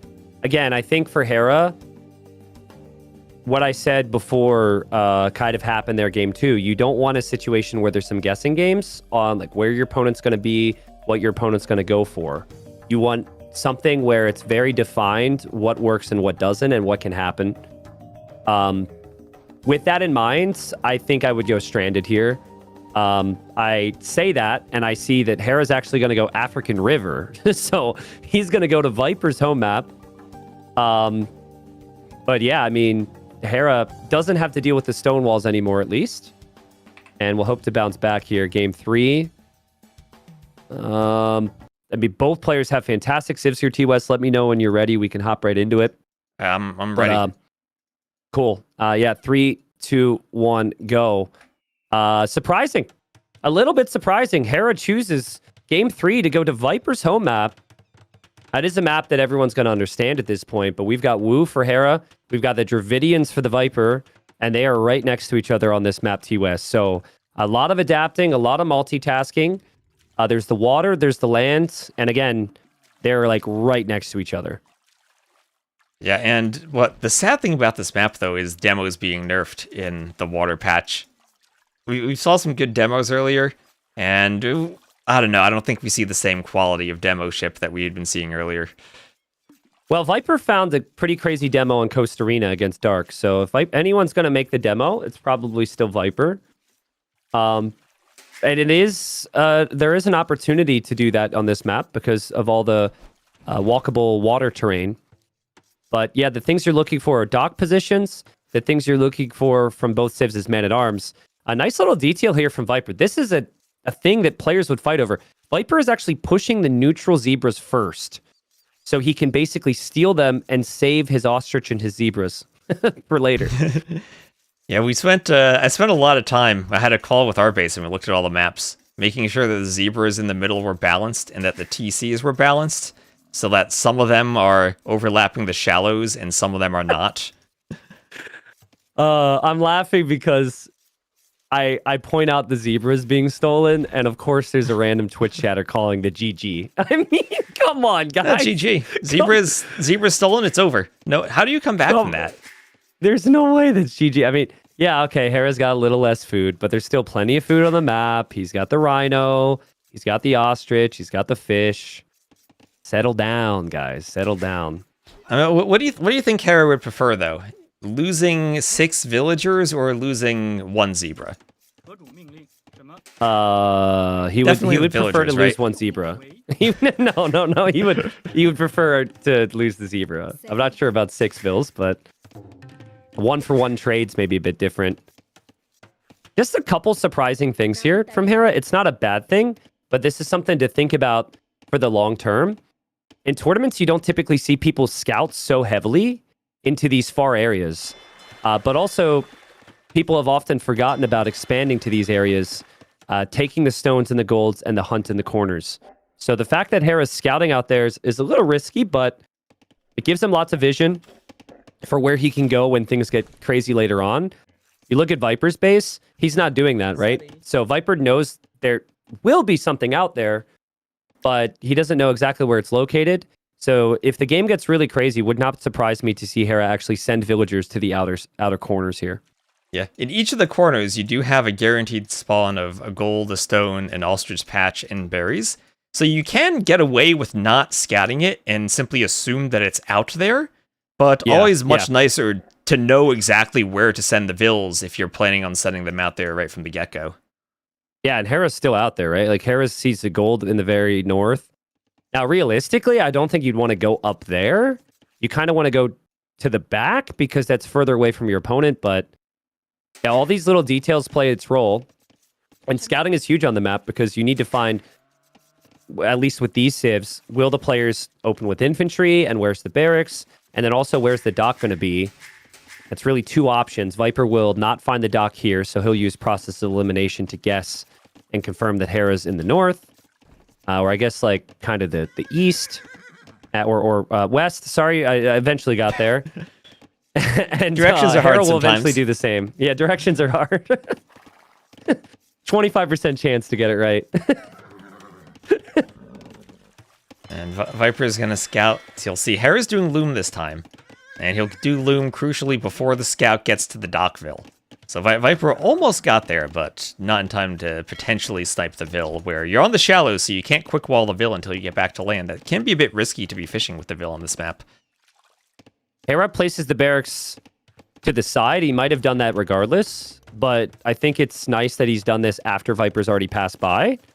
And, ooh, Hera runs into the TC there. I mean, we have such high expectations, right? And we watched Leary play today and just dominate and seem so inevitable at times. Hera and Viper would tell you themselves, there's been a couple small things in the set that they definitely could or should have done a bit differently. Hera Loom the previous game. Viper Fire Galleys in game number 1. Both players still warming up a little bit, it seems. Yeah, and crucially, that barracks from Hera is on the side where Viper hasn't been walling. So if Hera wants to get in with the men-at-arms, he should be able to have a clear shot through by that berry patch and into the wood line. But I guess the good thing for Viper then is the gold's on the opposite side. So the gold, where he's done the barracks, will be more defended from the men-at-arms. But both players have to pre-wall. Like, if you don't scout it, you have to go for some preventative measures. Because both civs are insane with infantry openings. So for Viper to be surprised by this and be forced into a bunch of quick walls, I know it's something that he can manage, but like realistically against Hera, you have to be very careful. Luckily, he will actually see the militia there, and he will drop some palisades. And Hera's scout's weak. That's where losing his third militia now. Yeah, that's where losing the scout HP really hurts because you can't use it to block the walls like you could if you had a full HP scout. Yeah. Man-at-arm upgrade for Viper isn't in yet. Hera forcing the quick walls. Nice reactions from Viper. And Hera adding a fourth man-at-arm behind this. Instead of an archer range, going for a dock as well. So Hera's going to go for the fish instead of the archer follow-up. So these men-at-arms a bit annoying. Force some quick walling, but I don't think they've accomplished much, in part because of that lost scout early on. Did Hera see the archer range? No, he did not. Interesting, Hera's going for even more man-at-arms. Hera is not that type of player. Viper does that a lot. Typically, Hera's like, my man-at-arms set up my archers. But I have seen players get away with lots of fishing ships on this map. So maybe it's man-at-arms to distract, and then Hera plays the water, more so in Feudal Age. And if you have the fishing eco, you might think you have more food income, and you're more confident going for the food unit, rather than having to do that early archer switch. Yeah. Well, also the chaos of it, right? Like, fighting on water and land is really difficult. And so if Viper makes one mistake here, he can get completely rolled. So I like it, though, from Viper. So far, he's adapted nicely. He also knows that Hera's added more of them because he spotted 2 different groups. And he's got the archers in the skirms. Viper's switching over to the berries. Viper's even going for a second range. Yeah, very nice opening from Viper to defend from this. Yeah, second range and fletching. And if he gets out a few archers, Hera going for armor, and he does have the healing men-at-arms. So over time, I think the Wu do have the better men-at-arms than the Dravidians do. But that might not matter if Viper with 2 ranges gets out enough archers. Yeah, well, Viper still doesn't know that what Hera's doing. He's making skirms because he is expecting Hera to go archers, because that is the common play. But that is not what's happening at all. Hera's got the armor in. Hera will take the fight. Viper will take it. Viper had the hill, though, so hill with the archer damage wasn't horrible. Should always lose this fight, though, with the numbers difference. Yeah, the hill is crucial for him, but if he whittles down 2 men-at-arms, maybe even a third almost, that's not the worst fight for him, as long as now he knows what Hera is doing. He sees the armor, and he knows that he'll have the counter to it if he just goes archers. This is precisely what we were talking about. Hera used that fight right there, which Viper had to pay attention to, and he killed the fish. He killed 3 fishing ships in that moment. So, yeah, with the amount of multitasking that's needed with water and land, Hera's benefited, and now Hera's even adding the fishing ships too. And Hera's base is really well set up to defend as well. Nice little bubble wall, golds. He's got the wood line, he's got the berries in there. And if he goes Castle Age quickly here and gets either to Longswords or Jean Swordsman, like, Viper's in big trouble. I think the worry for Hera then just becomes, what does he do for wood? Because that wood line is opening. The archers can get right to the back. And if Viper can kill these men-at-arms, he can then get to the back of the wood line, stop Hera from taking wood, and maybe trap Hera in a situation where he can't do any army with that wood. Yeah, that's fair. I think with that in mind, Hera shouldn't sell his stone here.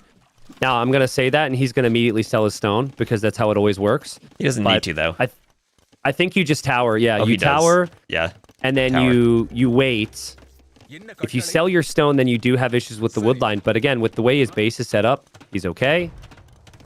He doesn't really need the berries if he has the 6 fishing ships working. And I think the alarm bells are starting to go off in Viper's head right now. Like, hold on a second. What's he doing? And he's up. Interesting. But I mean, the wood line situation's still not perfect. And Viper's resources are looking good to click up as well. So, in theory, if Viper can get to Castle Age and play Long Swordsman, maybe he's in a pretty good spot himself here. Yeah. I wonder if Viper now should just head with his archers and try to disrupt the fishing eco a bit. Even if he's just forcing Hera to garrison, that's idle time on Hera's 4 to 5 fishing ship advantage. Yeah. More so than he's going to do on the gold. Well, denying the barracks is really nice. And you are slowly hitting, like, weakening villagers on the gold, which isn't bad. And you are Dravidians, so even at a fishing ship disadvantage, it's cheaper for you to get your barracks technology. So you already had man-at-arms. You can maybe go for long swords and prep for the unit to come here, but I mean, it's very transparent. Hera is letting everybody know there's nothing else he's planning on. He's planning on John Swordsman. And just can Viper do something about it right now? Yeah, Hera loses 1 fishing ship before he garrisons to Viper. But and Hera also going out to the side golds here. Risky moves here from Hera. If that gold ever gets spotted, he's going to lose those vills, but I don't think he's ever expecting Viper to go over there with something.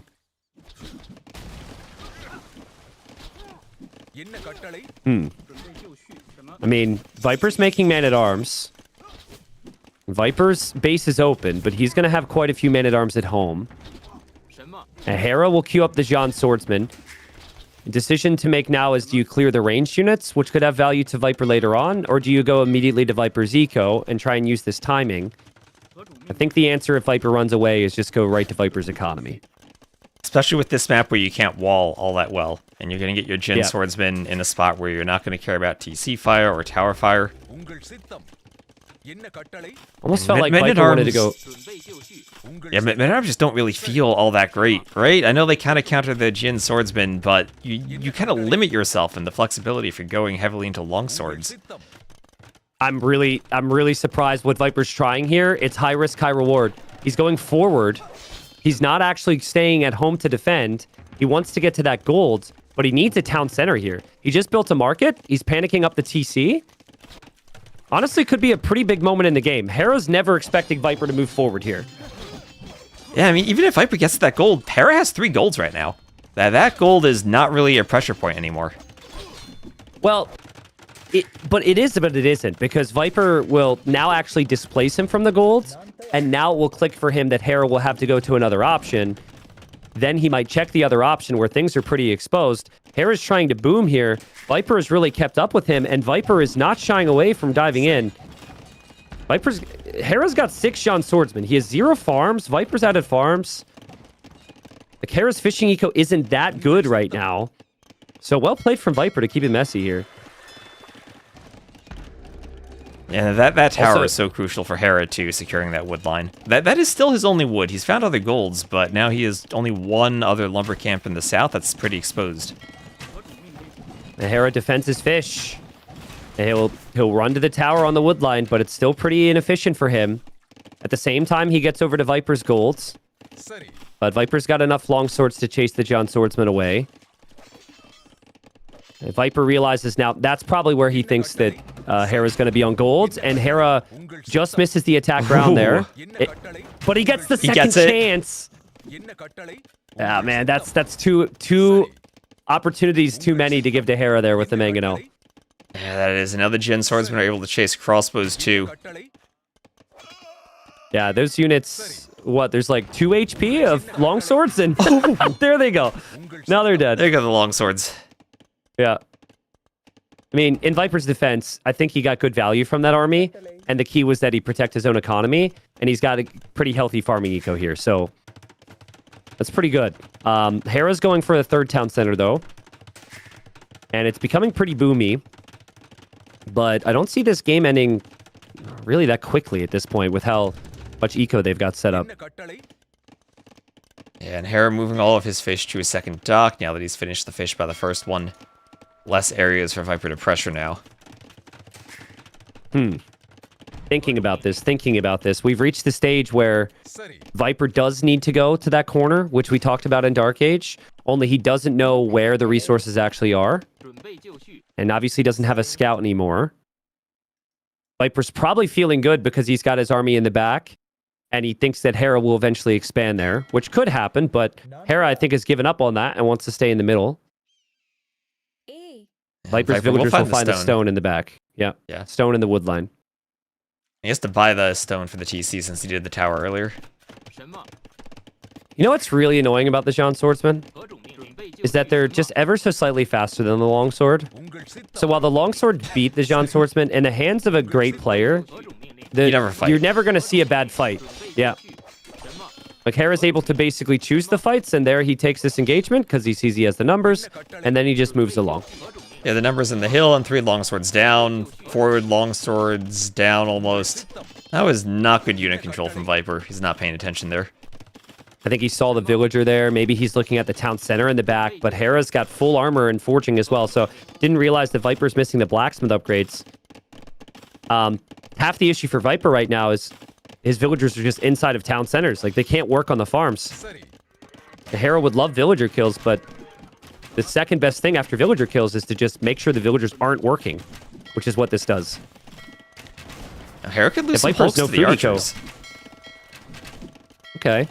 Yeah, the army comes back from Viper. Hera has to react. Hera has to be a little careful because Viper's making some longswords.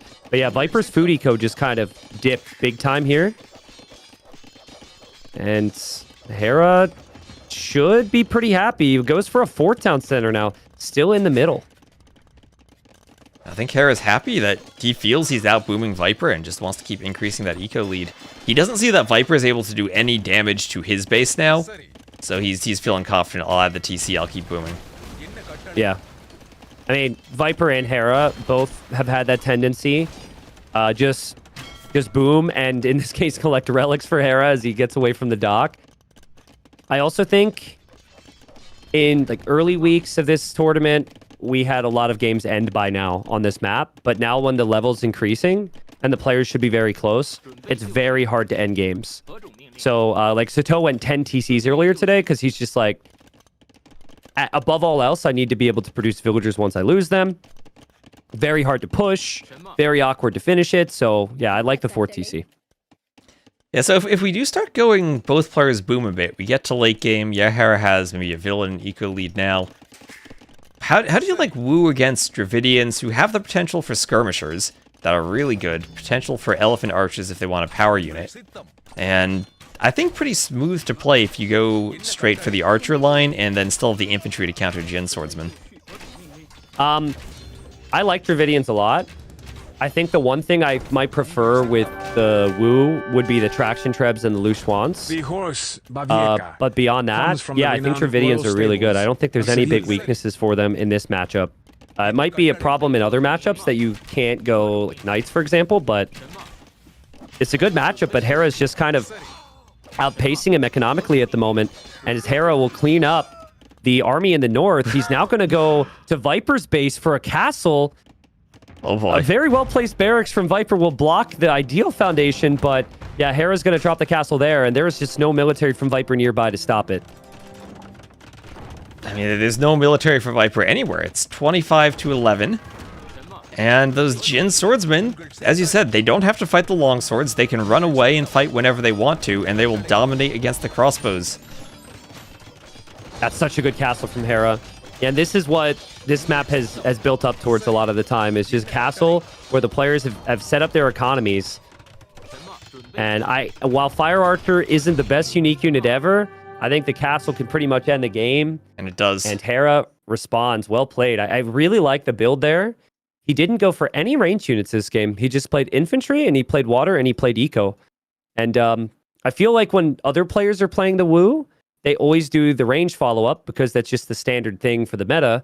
But then the Wu don't have great range units. So Hera said, screw that. I'll just stay on infantry.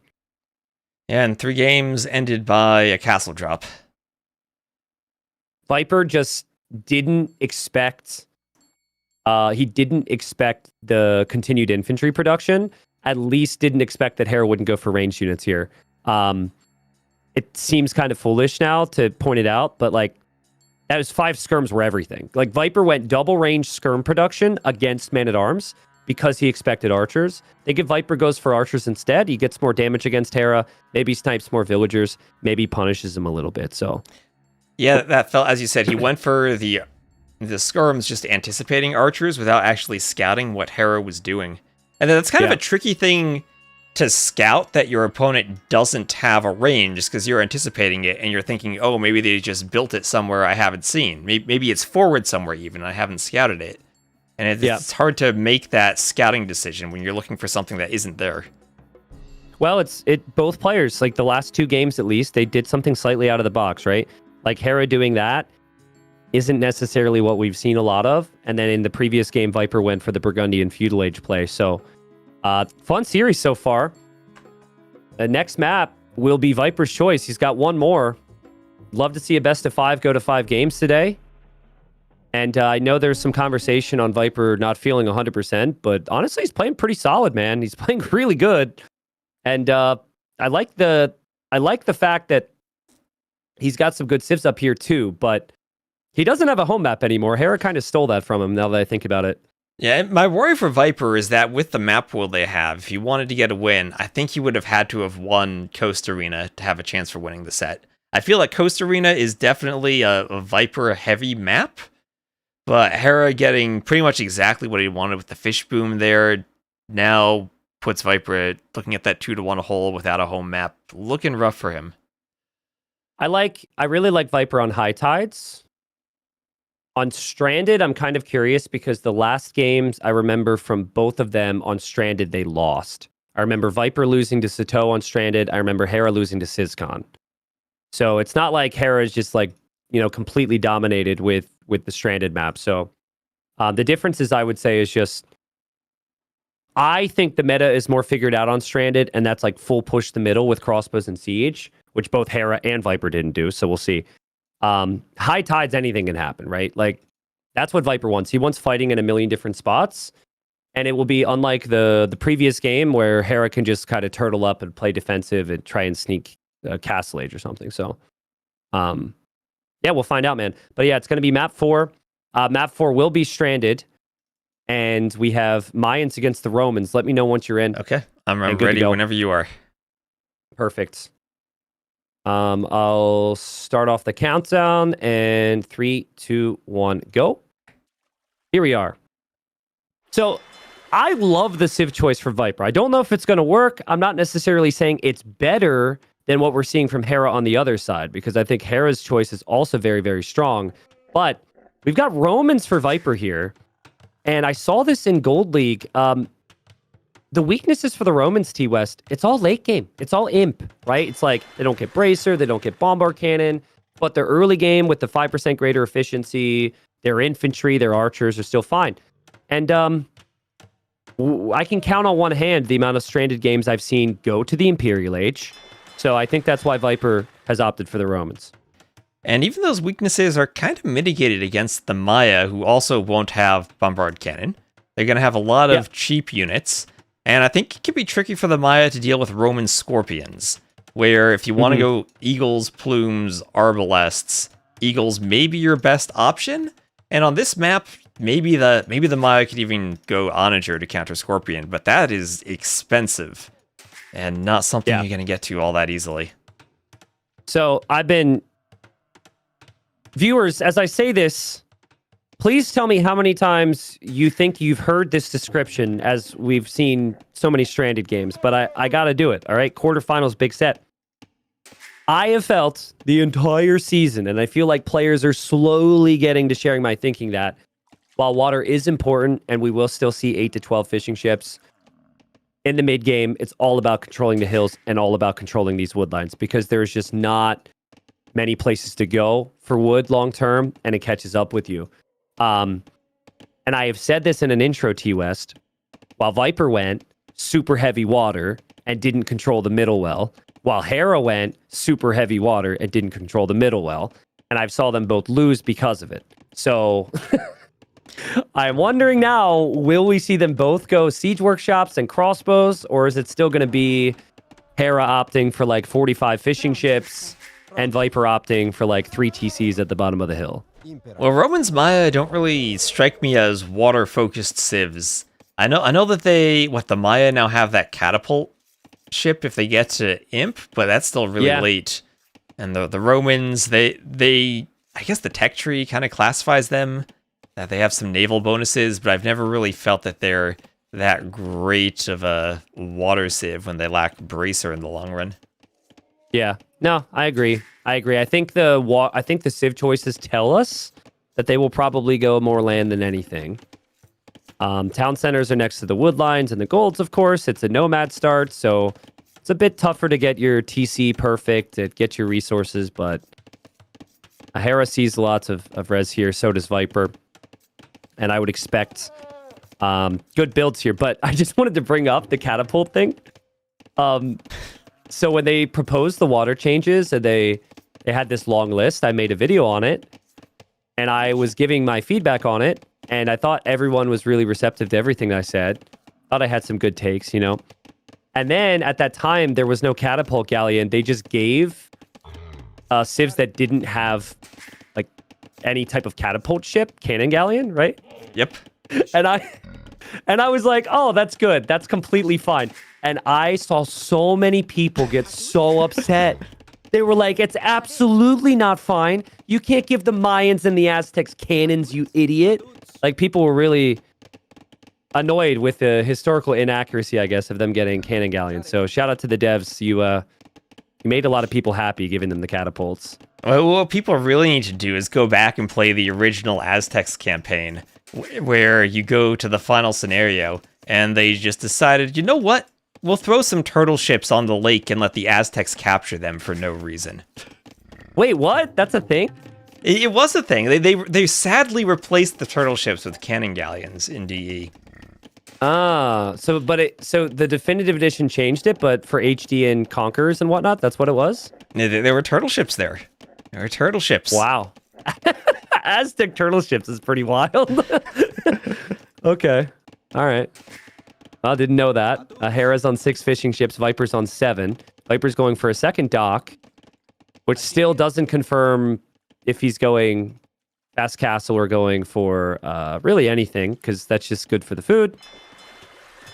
And Hera going for the second dock as well. Yeah, I don't know. To me, it feels like it's trending towards a little bit of water. And then both players will lean heavy onto the crossbows in the middle. With all the water changes, I feel that the first game was a good demonstration that it's really hard to pressure an opponent who's going for a fish boom these days. Yeah. Between the garrisoning and the fact that it's one upgrade for all your ships, so you're not punished for going for the wrong ship, you can always react. And you can scout, wait for your docks at home, do the right ship, and keep all your fishing ships alive. And it's pretty easy to do that compared to what it was in the past. Oh my god, did you see that? That elephant trolling Viper? I see it now. It won't follow. It won't follow through. You stupid elephant. Where are you going? Okay, here he goes. Viper's bringing it in now. Oh, that is a low HP Vil. Okay. Okay. Man, my capture age like lagged there. so for a tenth of a second, I didn't know what happened. But yeah, I think Viper's fine. I might be wrong it's risky, though. on my read. They're both going for a lot more fishing ships than I was expecting. So that could still mean crossbows, but it's kind of like game number 1 right now where players are just loving the fish. Yeah, game number 1, but more balanced. We don't have Hera with 20 Japanese fishing ships to 10. Yeah. Viper will bring in that elephant as well. I'm guessing he's trying to drop off the food to click up right now, which he hasn't done yet. And there he goes. And Hera will do the same. 4 on gold underneath the TC.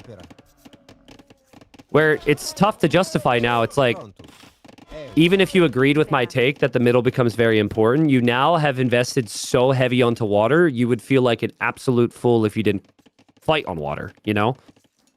So it's kind of this never-ending cycle then where, and maybe we just see them both go 3 or 4 docks on water. Maybe, but we see Viper adding the barracks in the middle. And with this many fishing ships, it pretty much has to be a fast castle, right? I don't think there's a world where they go for feudal aggression. Yeah, definitely is fast castle. Hera also going for the barracks.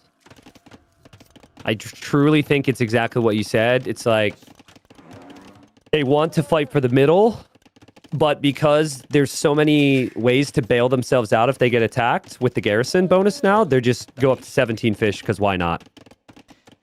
And I don't know if there's this is adaptability. maybe a mistake from Hera. Maybe he just doesn't play enough Rage Forest. But there's an elephant right by his TC he didn't bother taking. I don't know if he's going to save that for later, or maybe he just thinks I have so much fish I don't need that as part of my build. I think it's kind of both. We'll save it for later. He doesn't need the food for now. So he'll just play archers. Man, can viewers remind me what side of the bracket Sato is on? Is he on side, Harris? I think. Is he on this side? He is on this side. Because I'm getting Sato vibes with some of Hera's builds here. So they probably didn't practice, but like the fact that Hera's building his archer range on the back is exactly what Sato did earlier. The fact that he's playing Mayans is exactly what Sato did in the group stage against Viper, right? Yeah. The one thing that Viper, I think could be a bit tricky here, though, for the Maya is when you have so much of your eco focused on the food, if you're going archers or even eagles, that neither of those units are that food intensive. So you have your eco set up, and you're not able to use it right away to produce a unit. Viper's going to play long swords? Long swords? Double barracks, I thought he would go arch. I thought he would play crossbows, just because, you know, like, you have good economy, and you can still play crossbow and scorpions or something. He's going to try long swords and siege. Interesting. Yeah, I mean, it has to be scorpions behind this, right? If there was a civ that could do this, it would be the Romans, right? Because of the cheap scorpions.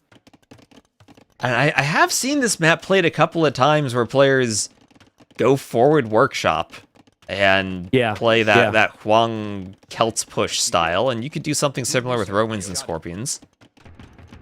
Well, you're not getting forward, though, if Hera's got the archers there. Hera does have the timing here, which feels critical, and Hera also will see this, and Hera's going to be like, huh? He's going man-at-arms? I thought he would go, like, crossbows or scorpions. The tankiness is there, but Hera's able to get enough archers out to micro that one down, and now Hera knows. He knows, but Viper has 5 men-at-arms. I don't know where Viper does his workshop. I think he has to be at home now. Yeah, it does have to be at home. Yeah, when Hera's up faster, it definitely has to be at home. So here comes the upgrades for Hera. Now, this just confirms Hera, he's in the right for playing heavy archers now. And Viper will try and maybe split these units up a little bit. Viper goes for the siege workshop. But so far, the infantry, and it's only 1 kill, but he lost some HP, and the first one gets sniped. Yeah, and behind this Viper is also adding in 3 Hulks. So he will try to at least provide a bit of pressure on the water to Hera's fish. Hera not doing any Navy now, just going full land, eagles, and crossbows. I mean, if Hera's not careful here, if he loses one group of crossbows to scorpions, this could get very dangerous very quickly. And also, the food for Viper is so much more important than it was with our previous conversation. Like, now he needs the fish for this army. And Scorpion gets the kill, Viper getting the repairs. Again, hard for Hera to get the mass, and there's a lot going on right now. Hera was not expecting this. Has to micro back from the Scorpion because of the longswords. The Viper also coming in with the Hawks at the moment. Viper's cooking right now, man. Yeah, and I think I like the eco setup for this army composition from Viper more because he can spend the food from the fishing ships on the longswords. Yeah. And Hera can't keep up with the multitasking. He's microing here, and he's microing like a god, but as he's microing like a god, he's losing his fishing ship, so he just cannot keep up with this. Nice work, though. The Eagle comes in to snipe a Scorpion, maybe, but he might not even get it. This is super cheap for Viper, too. It's not like these Scorpions are expensive for him. Oh yeah, and Hera he ran fishing ships to another fish. He didn't garrison them in the dock, and 2 Hulks from Viper are going to clear 6 or 7 fishing ships in total. His eco kills now up to 9. I love how Viper went everywhere but the middle, right there, right? Early Castle Age, he goes to the sides. He goes to the fish. He didn't go where Hera expected him. And now, Viper's killed 10 eco. He's up 10 eco, and he's got ballistics for his Scorpions. This is sick. Very well played from Viper. Hera has 17 crossbows, and now I think it just comes down to Viper. Can he get Scorpion numbers out fast enough so that Hera can't do damage?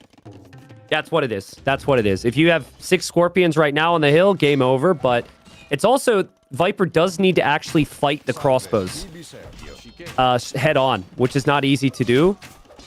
Even with the extra armor, you'll see the crossbows get the value there. Hera has shifted his thinking a little bit, and he's actually going to play heavier on water. He'll queue up a lot of Hawks, and he also has the upgraded Hawks too. So he's going to be moving towards Viper's fish. Yeah, this is the second workshop from Viper. We're at the point now where Viper's kind of running out of fish, and he would have to invest into more docks if he wants to keep fishing. So Viper might be at a point where he's like, okay, I've taken all the fish. It's okay to lose them. Hera, if he's going to go for Hulks, might be over-investing onto water. Hera needs wood. He needs gold for everything he's going to make. He doesn't need the fish. Viper needs food, gold, wood. He kind of needs it all. And that's the thing to consider here. But 1 volley from the Scorpions, and Hera could get his crossbows nuked. But he will add mangonels now. And I think if this becomes 2 to 3 mangonels with 15 to 20 crossbows, it gets very dangerous for Viper. And Viper keeps going for more Scorps. Yep, he sees the mangonel. Viper will back up. He adds his own mangonel. We'll kill the crossbowmen on the sides with the longswords. Viper's also raiding the sides with the other longswords to keep things messy. Make it difficult for Hera. But obviously Hera will see that, and Hera will bring more crossbowmen for that. This is so intense right now. This is so intense. It's 1 mangonel shot from Hera could change the game if he takes out a lot of Scorpions. But at the same time, Viper doesn't have a great way of picking off the mangonel. He can't just rush it down with longswords with all those crossbows. Oh, nice snipe there from Viper. My god, beautiful find. What in the world was that? That is so difficult to make happen.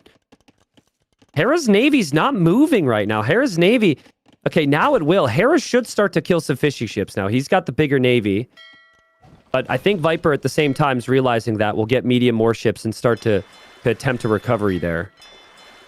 Is it maybe a bit too late for that? I mean, Hera has a lot of Navy forward. Hera has misclicked an elephant, unless... no. Okay. He'll take it back to the Hera TC. He's fine. Is taking the elephant Part back of the to the plan. TC, but, like, priorities here, bro. You got an army to fight. That could have been part of the really, plan. really bad.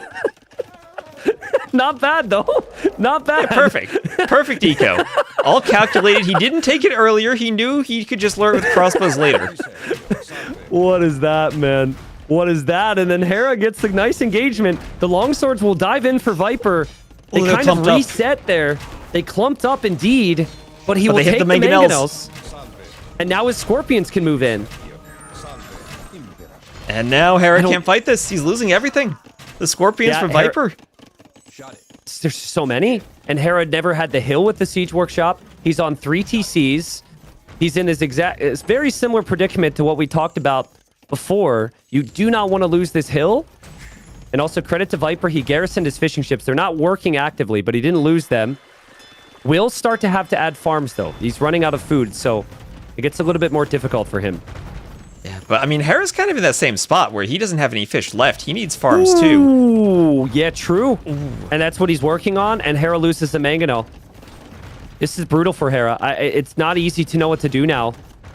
I think as long as Viper isn't surprised by crossbow counterattacks, he could start eating the town center and the Siege Workshop. He needs outposts, I think, so Hera can't surprise him somewhere. That's the one thing Hera has, is he still has the crossbows, and he can just avoid the death ball on the top of the hill. He wants to hit the longswords, but not going to happen with all the Scorpions. Hera taking those elephants, though, is nice for delaying farms, but he can't delay farms forever. He has to do them in the back GC, but taking the hill means Viper's taking the farming space, too. Not just the wood, but also Hera's ability to add farms. Hera needs to time this. He needs to attack with the crossbows and simultaneously hop out with his mangonels, because Viper will react at home. Okay, Viper reacts at home. Hera needs to hop out. Mangonels. There it is. That's exactly how you draw it up right there. Honestly, though, I think Viper should always dive with his longswords because there's no crossbows at home. So you can actually go take the Siege Workshop, and the mangonels for Hera could be free kills. But there are a lot of town centers around. It's very risky to do that. He doesn't want to leave the hill, and he is chasing away the crossbows at the same time. Man, those longswords doing work on the crossbows. This is where I'd love to see the crossbows get hit by a demo on the coast, but probably not going to happen in this patch. It's a weird detail, but Hera's really happy he didn't chop these trees because the pathing there is really awkward for Viper to maneuver. And so Viper doesn't trust himself running in and out. I know the Vil count says that Hera's still in this, but the position is everything. All the trees that he's chopping are in these tiny little wood lines. And Viper's making progress, so I think Viper will be pretty happy with the 1 TC situation as long as he doesn't lose his mangonels. Which he's having the hill. Yeah, having the hill means you tank a mangonel shot and makes it much easier to win the fights. Ooh, but saying that, he's losing some mangonels. Hera's resources are looking good. Hera's mangonel count's looking good. His micro's been solid here. Obviously, I jinxed him, though. He'll lose his mangonel immediately after that. And he loses another one as well. Oh, and Viper lands a sick attack round, but Hera snipes it with the crossbow. Only one for Viper on the hill now. Viper lost way too many mangonels there. I think if he takes that fight with 2 more mangonels, he's looking like he's in a good spot. But Hera's been repairing that workshop, making sure it stays up so he can keep his production going. And the Vil count for Hera keeps pulling ahead. Yeah, it does. I still think when Hera's crossbows went forward, Viper had an opportunity with the longswords to go take the mangonels. And then if he takes those 3 mangonels, all of Hera's town centers are gone by now. It was a critical moment in the game. Hera's micro up the hill is just legendary stuff. But Viper is still being patient, still understands it's such a complicated situation for Hera, and that this could his position could lead to victory in a moment. And Hera going super heavy on the monks, too. Don't think that works out well for the Maya. They don't have redemption here. Viper can do devotion for the longswords. Viper's just kind of waiting until he has an opportunity to jump with the longswords, I feel. Hera's micro is insane there. He pops out of the town center. He's saving his Siege Workshop as well. I mean, again, does Viper just go with his longswords for the mangonels? Take the mangonels and use your own mangonels. And there he goes. He takes one. Hera's got 2 Siege Workshops on fire at the moment. But he's repairing them. Yeah, he is. And he's got production from both the Siege Workshops, man. This is unbelievable. This is complete chaos. What is that castle? He's getting a castle up. He's going to try. If he can't place that one, though, because Viper will see it. Nah, dude, Hera, you can't go for that castle. You can't go for that castle. Can he? He's got 16 Vils. No. I think he can. No. More Vils are going. I mean, if he gets it, he secures some of the wood line, maybe defends the rest of the map. His He's whole bringing village is going. everything. 70%. It's gonna go up. It's going up. He's gonna gonna get go plumed up. archers. How many mangonels does Viper lose? If Viper loses both mangonels, this is horrible for him. He'll lose one. The other one's rolling away. Viper still has the rest of the push here. Hera lost a lot of villagers there. Okay, Viper loses the other mangonel. Hera lost 42 eco though, T-West. And he still hasn't really solved his problems. And he's imping! How is he imping? He is imping, what? He's imping. He has plumed archers. He'll have trebs. He lost both workshops, so no more mangonels. Yeah. He's gonna lose this TC, and then there's no defense against what Viper is pushing with the mangonels. But maybe he's okay if he runs all the vills. He'll do more TCs to the south. The only thing he has to defend from the siege push is the converted longsword. That's all he's got to engage against this easily right now. But Hera's given himself a crazy chance. The ability to go imp behind this is insane. Viper's not repairing. Hera actually blocks with the villager there. So the converted longswords, who's still alive, by the way, did a pretty damn good job there.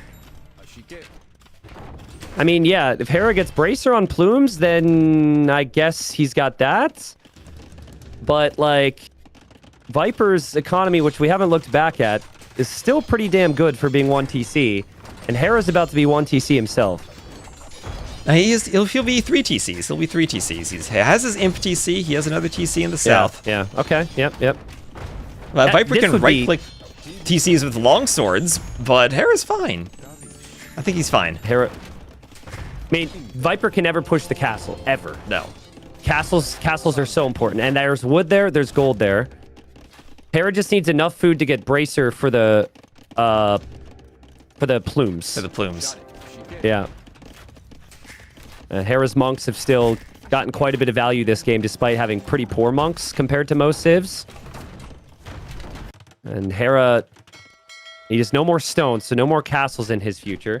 Viper's going to see Imp and be shocked. He's not going to believe it. He's killed so many villagers. And there it is. Yep, converted longsword. Betrays the enemy again, or his old friends, and goes down. Hera loses another TC. Bracer's on the way. So it's now Hera micro nerd time with 10 plumed archers. And also with monks. That could be a lot of conversions in the longswords. Oh, and it is! It is! He gets 5 conversions! What? What?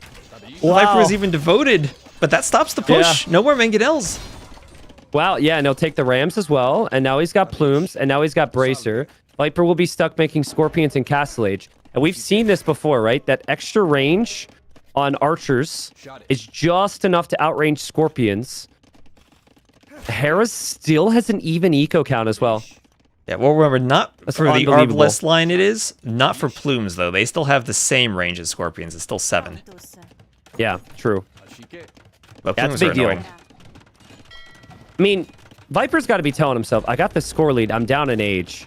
He's got to have crap eco. I've killed 50 villagers. I've seen it all with my own eyes. I trade against these plumed archers once, and I'm fine. But what do you trade with? And where do you end up going with your army when you can't really push Hera's eco because the castle fully protects him? Yeah, and Viper, he's open. He's not walled up. I feel like that's the one thing you need to do against plumes, and it is kind of hard on this map, but get some walls so they can't do exactly what they're doing now, where they run around your eco, and you can't catch them because they're so fast. I think the deciding moment in the game, if Hera wins this, was the moment where Hera defends with 3 mangonels and counterattacks with the crossbows. And Hera's mangonels were kind of left there. Viper maybe had the opportunity there to dive with the longswords, but obviously for Viper, you keep fighting here, your eco's efficient, you've got 5 relics, and you hope that scorpions are enough, and the scorpions will find the golds. Hera gets pushed away. And I think Viper's the problem... eco's still churning right now. If Viper cancels his Vil production and just waits, I think he can actually get to Imperial Age himself. Genuinely. I think the problem, though, is right now, Hera doesn't have a way to fight scorpions. And if you're Viper, I think scorpion count is more important than imp. Yeah, ideally you have both. But, you know, He's trying to do that. Scorpions are unfortunately very slow. This is the benefit of plumes. They're so speedy, right? Yeah, and then you need more scorpions just so you have enough that you kind of out micro the plumes just by speed. And Viper not shooting. And I think he's distracted by the other group right now, TUS. He can't look because he's over there garrisoning against the other plumed archers into the towers. And that's a really good engagement for Hera. Hera falls back to the castle. Hera gets the conversion. And now Viper's on the way to Imp. Now he's Imp. Oh my god, how many vills did he just lose there? The plumes. He lost a lot of vills. That was two horrible fights at the same time for Viper. But it's just what the Imp advantage brings you. And now Viper is going to be up against another castle. Hera's bringing more villagers. If this castle goes up, it's next to all the siege workshops. It's next to the 5 relics that Viper has. And I do not see how Viper can possibly deny this. An amazing hold from Hera. There is a counter raid from Viper onto the farms. But it's not killing the plumes. And it feels like the plumes are kind of the big thing right now. And there goes the castle foundation. Viper, he has, what's that, 10 scorpions, but they're not in position. That's a lot of vills from Hera, and there's no way that gets stopped. I understand there's like slight opportunities for Viper here or there, but this is unreal. Like, how Hera had the resources to go Imp with all the pressure that was coming in is unbelievable. Like, Viper did enough to win this game like 3 times. Longsword and Mangonel play certainly proved me wrong. But yeah, Hera's double castle now. I think maybe the first time I've seen a player get to 2 castles on this map, by the way. It's just the perfect position. And Viper's going to painfully find out how expensive it is to get Heavy Scorpion in a second. I think he taps out. Wow, what a win from Hera to move into the semifinals. That was unreal. That was a back and forth game, and it felt like there were moments where Viper almost was going to turn the corner, but never could figure out that killing blow. Yeah, honestly, I mean, with Hera being the favorite to win the tournament because he's won so much, honestly, that I think that's the only a win that Hera gets right now. Like, I don't think anybody else is able to sit here beneath that hill and somehow get the resources to go Imp and micro at that disadvantage. Now, I'm going to go back to it. I could be wrong on this, of course, but it's just kind of what my intuition said in the moment. I think you had that moment at 28 minutes where Hera tries to do the little 1-2. So he attacks with the crossbowman to set up the defensive play. So Viper reacts, and then the Mangonels hop out immediately. So that's very good from Hera. But I think in this moment, this is a situation where Hera does not have enough to defend those Mangonels. And if the longswords go in, the Mangonels die, Hera's siege workshop is gone, and then his TC subsequently get flattened. And then I think he loses this game. I could be very wrong on that, T-West, but that was Viper's core issue is, I mean, wanted to protect with the longswords, but the longswords were really needed there. Something was needed to take down Hera's Mangonels, or he just needed better Mangonel micro, of course. Yeah, it felt like Mangonel micro on the hill is a spot where you have an advantage. You're not going to die to one hit. But there were moments where Viper, he'd take a hit, then get picked off by crossbows. Or he might trade Mangonels instead of taking a shot where he should be winning the fight. And just every so often, 1 or 2 extra Mangonel losses adds up when you never get to that critical mass of like 6+ Mangonels when you're taking down TCs and they go down fast enough that Hera can't react in time.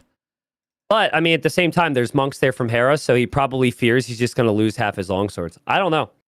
All I know is Hera was, like, clinging to the edge there, clinging to some form of existence at the bottom of the hill, and he was able to turn it around. He'll be extremely dangerous in the semifinal, but I was a little concerned because if they moved the series up, we covered this as Rex. They played like an hour before we covered the games. Yeah, I hear that, and I hear Viper's not feeling well, and he's sick. I was honestly concerned that the level would not be as close as you always fear if someone's not playing 100%. I thought Viper played it really, really solid today. I thought the win that he got was nice mind games there. I felt like that game was very close to pushing it to a game 5. Well played thought to it was Hera. too. It wasn't like Viper didn't bring a really high level there. Yeah, I feel like the biggest mistake from Viper was simply misplaying that Civ matchup on Coast Arena. Yeah, maybe. I don't know. But like that goes to game 5. We have I don't know what we have exactly with the Civ matchup because Viper has first picked Koreans. Maybe he goes Mongols. Berbers. Yeah, maybe Viper goes Berbers actually to try and counter the Mongols. And yeah, maybe it's Do Berbers counter Mongols? They do at a certain stage. I think the early game's a little bit different, but they do at a certain stage. Yeah, I think you could say maybe the same thing about Koreans too. Like at a certain stage, Mongols don't really deal with war wagons all that well, but then again, it's expensive to get there. Yeah. Well, we'll find out. Maybe we'll see the matchup again in the future. Anyways, Hera's waiting in the interview channel T West in the TTL Discord if you want to meet me there. Let's hop over.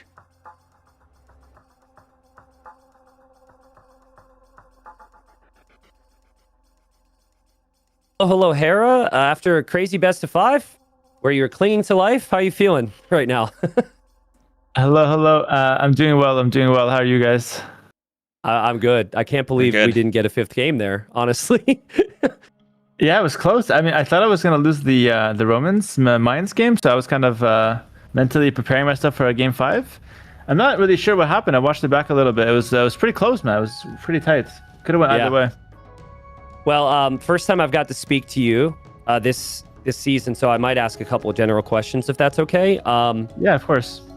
After group stage, you win first place. You had a lot of good players in your group, and then you had the bye essentially. So, what were your feelings on group stage as a whole in terms of your performance, and just how prepped did you feel and confident coming into the quarters?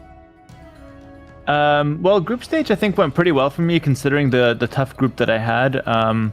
I always felt like first place was the goal, but that group definitely made me nervous. There was like 3 names there that could have easily gotten first, and no one's really too surprised. In the end, we managed it, and I had some close sets, which I think actually made me stronger as a player, made me rethink a few things and kind of consider different approaches and whatnot. But yeah, I think group stage went pretty well, and then going to the quarters, I had a bit more time to practice. So I felt like this was the first set where I actually brought in something solid for myself in terms of good strategies and whatnot. At least it's closer to where I want to be playing for the quarters. And for the record, I did think that Viper brought a really good understanding of the meta today as well. Yeah, I agree. Sorry, I'm awful with interviews these days, T West. We're supposed to talk about the series. Feel free to hop in, dude. Okay, so going into game 1 then, like looking at that game, it felt like it went exactly like you wanted it to go. Like if you were prepared, you're the Japanese, you're fish booming, you're defending against the Hulks. Is that your feeling too? Do you think Viper played that with the Byzantines going to fire? Is it just kind of predictable and exactly what you were prepared for? I think it was predictable because Byzantines don't have anything else, but at the same time, you have to realize, and I have to realize as well, that I actually just have no experience on the new water meta. Like I've never played against Byzantines, right? Yeah. So this is something that Viper brought that he probably practiced a couple of times. I've never played against it. And the main concept was actually just to have a Hulk in front of his fire ship so that his fire ship can get free DPS off and the Hulk kind of tanks for it. I think it was a really good idea, to be honest, until I kind of figured out that I can just dive the fire ships. But yeah, I mean, I was surprised by how good it was despite it being predictable.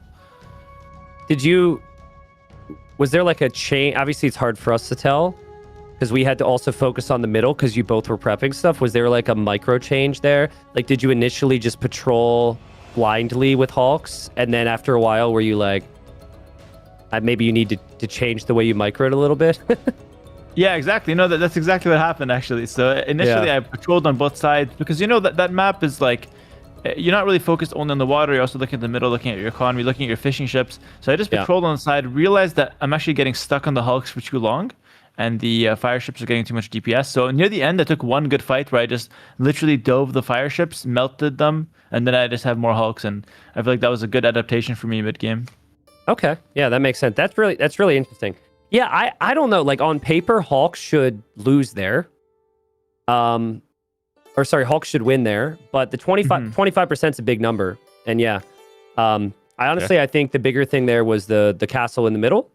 and the amount of economy you had. And I think if Viper, no, he doesn't have the bonuses for it, but in theory, if he does very similar thing but has similar fish count, maybe it's closer game there. I'm not sure. It's difficult, right? Because Byzantines don't really get that eco bonus, so he's kind of counting on taking good fights. And when the fights weren't like, he was taking okay fights, but it was not good enough to really swing the water in his favor. So in the end, I just have more economy. I think the castle is a good idea. You always have a nasty forward gold on the map, so it was a good concept. But I think I defended well and kind of kept things more or less solid in the middle, which is good. Do you think that with this patch, after we've now swapped water patches halfway through the tournament, that it becomes easier to defend with being able to garrison the fishing ships now, and you're not as worried about the aggression than you would have been in the past? The whole meta right now is different on water. Exactly that. Like right now, the water is a bit more defensive. Like actually in the past, especially for the people in the chat that have been watching AoE2 for many years, in the past, water maps were all about whoever can go up faster and then send the first few ships to your opponent. Nowadays, it's actually a little bit about like who can get more fishing ships out and who can kind of like counter what the opponent's going for. It's very interesting. I'm not sure if I like it more or less than the past, but it's definitely different and kind of rewards a different playstyle in some ways. Yeah, I think you combine that with the fact that Coast Arena has never been played in a tournament like this before. It's definitely a lot to take in. Yeah, exactly. So game 2, you see the Civ matchup. Thoughts on the Civ matchup, and then thoughts on what Viper sent your way. Yeah, I actually love what he did. Actually, I was thinking to myself that he would do exactly that, but I didn't really know what to do as the Turks. So he was Burgundians. He went for like the fast feudal into the Flemish militia and archers down the center. I was expecting that. I think it was a good strat. I think it sounded good in paper, but I didn't know what to do against it, because if I went fast feudal as well, I was thinking to myself I'd be down economy upgrades, and so I didn't really see a good way to like win from there. And so I wanted to just play towards my strengths, which is just Janissary and maybe a siege push down the center. And I think my strat was decent, but I ended up taking way too much damage to his Flemish militia. I should have never let them get in. Credit to him though for like making maximum use of his feudal age army, and then also walling behind. I think he just played it well, and I did okay with the push. It was not horrible, but definitely took too much damage, I think, unfortunately. Needed to do an earlier loom at some point. That was my question actually. Was that calculated from you? Did you feel you could get away with delaying that, or like did you misjudge the houses going down, or was it just like a mental error that you forgot the order? I thought the houses would hold longer, to be honest. No, I thought the houses would hold longer, and they were kind of useless. Maybe in hindsight, a layer of palisade or 2 layers could hold more, but the houses just go down too fast because they have that -2 melee armor. But I mean, at the end of the day, I think Viper did a really good job there. It was going to be even if I played perfectly, I think it would be a hard strategy to defend. So well played to him. Okay. Game 3, African River. A lot of people have been going man-at-arms, which you both did, but you went for additional man-at-arms. And were you like full on? How do I ask this? So like from our perspective, Viper goes double range. He follows up with skirms because he thinks you're going to go archers, right? Because that's what everyone does. Yeah. Were you hoping to bait him into that? Were you still like worried about second range? Like kind of what was your thought process there? Well, my idea was to kind of throw some anti-meta his way. I wanted to surprise him because on that map, I feel like if you get some tempo with the men-at-arms, he's not really able to scout you as effectively. So I threw some men-at-arms, then added a few more just to kind of keep the pressure on him and kind of surprise him a little. I felt like if I played range against Dravidians, I'm just playing into his strength. So I was trying to play more towards my strength of being an infantry civ, kind of trying to throw him off guard with something that he might not expect, which is basically the first time in the series that I've done something like that. So I felt like it was about time I throw him off a little, and I think it worked pretty well. Yeah, it's good on that map. It's really good. Like that map is tempo is the right word for it. That map, it's like who's the first person that could smash the opponent in the face, so the other guy has to react, and then snowballs, right? Yeah, who's the first one actually, that map is really fun. Do the fish or get it. There was a moment where you cleared Viper's fish, where he was out by his dock and just not paying attention. So you were fighting in a few different places at once and not giving him the chance to garrison. Yeah, that was huge. I was able to kill, I think, 4 fishing ships, and then the 5th one I picked up later. And that was just a really big advantage. So, he might have had control of the land at that point with the range units, but at least I killed his fishing ships. And it's hard to even say. I think the game was more or less even despite everything, by the way, going into Castle Age. I might have had a slight advantage, but it was a close game for the majority of it, which I think was exciting for the viewers, most likely. You might not want to answer some of these details, of course, because you have another series to play, but I am actually curious. You scouted with Water Buffalo everywhere in the corners in Dark Age, which, versus some players, they steal that. Was that just with you thinking of A, boosting your score to mind game on, early militia, or, possibly B, just, having awareness on those areas for a messy game? The main idea is just to scout where the fish is, actually. If I scouted a bit more, it's just because I'm already scouting with them. You're there. But the main idea, exactly. I just want to see where the fishing ships are while having my scout lure deer. But I think in the next sets, especially against ACCM, what he should do is probably send his scout forward to steal my sheep if I do that. But even if he comes and steals my sheep, I think it's he'll steal one or two, and I think it's fine anyway. Now you're just giving him ideas so that you'll do something else. Maybe, yeah, but it's the thing, man. Has all the ideas. He's good. He knows. All right, and then game 4, Hera obviously was insane. When you saw Romans, were you expecting longswords and scorpions at all, or were you thinking that he would just play a fairly standard and just play crossbow scorpion with more efficient eco? No, I knew for sure he was going to go for the longswords with the scorpion. I thought that sounded amazing, actually. As soon as I saw Romans, I was like, okay, that sounds really good. And I was really worried. I didn't really know what to do. I considered the idea of going crossbows plus eagles, but the problem with that is that the eagles literally do nothing to the Roman infantry, and I think it plays Viper loves when you have to dive him, and he's just have to take a good fight. He's really good at that. So in the end, I tried to go crossbow mangonel for the most part, and it was okay, but that was a really difficult game to play. I have to say, I really liked the strategy. I think that strat was really solid. Very hard to defend for me. Yeah, it was insane. Sorry, T West, I've asked a lot of questions. Do you have another one about that game at all? What else happened in that game? Oh yeah, you had that castle. You sent 40 villagers to build one castle and lost 35 of them. Were you worried at that point that maybe you lost too many vills, or did you just feel we've seen so many Phosphor games? I know that as soon as I get a castle and a unique unit, I've won. Actually, I didn't even think I lost that many. I was happy when it came up, to be honest with you. I was not even sad. That you lost 30. Yeah. I didn't feel it. I was just castle goes up. I had a smile on my face. I was like, this game's a lot more playable now. I guess I didn't realize how bad my economy was then afterwards. I mean, I could barely afford anything, so I kind of felt the aftermath of it. But no, I was in the moment. I was happy to get the castle up. Had a smile, and I think the well, you afforded imp right after it too, so your economy was at least decent enough for that. Yeah, exactly.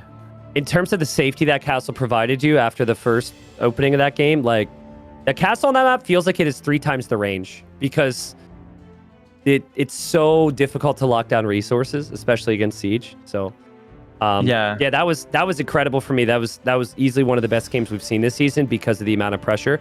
Did you happen to watch any of our commentary at the tail end of that game, or did you miss a thought we had? I think I missed it. Yeah, what's the thought? So I don't know if you remember, but there was a moment you go. He's got the hill in front of you. Crossbows, you realize crossbows can't do anything on the hill, and you go counterattack and then immediately eject with your mangonels, try and set them up for a big shot. Yeah. I felt in that moment, if Viper dives with his longswords, takes your siege workshop falls, your town centers fall, and you're in a bad spot. Do you agree with that assessment? Because you did have monks as well, randomly around.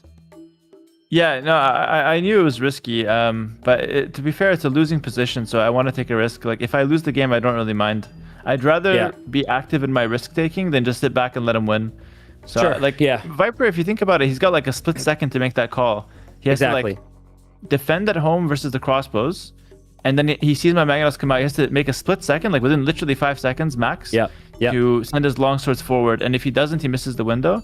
And I'd like that. I'd rather take a risk and be active than just sit back and... Because I felt my position was started to play, so I actually think that kind of won me the game, actually. Yeah. In a way. Yeah, that felt like a pretty big moment.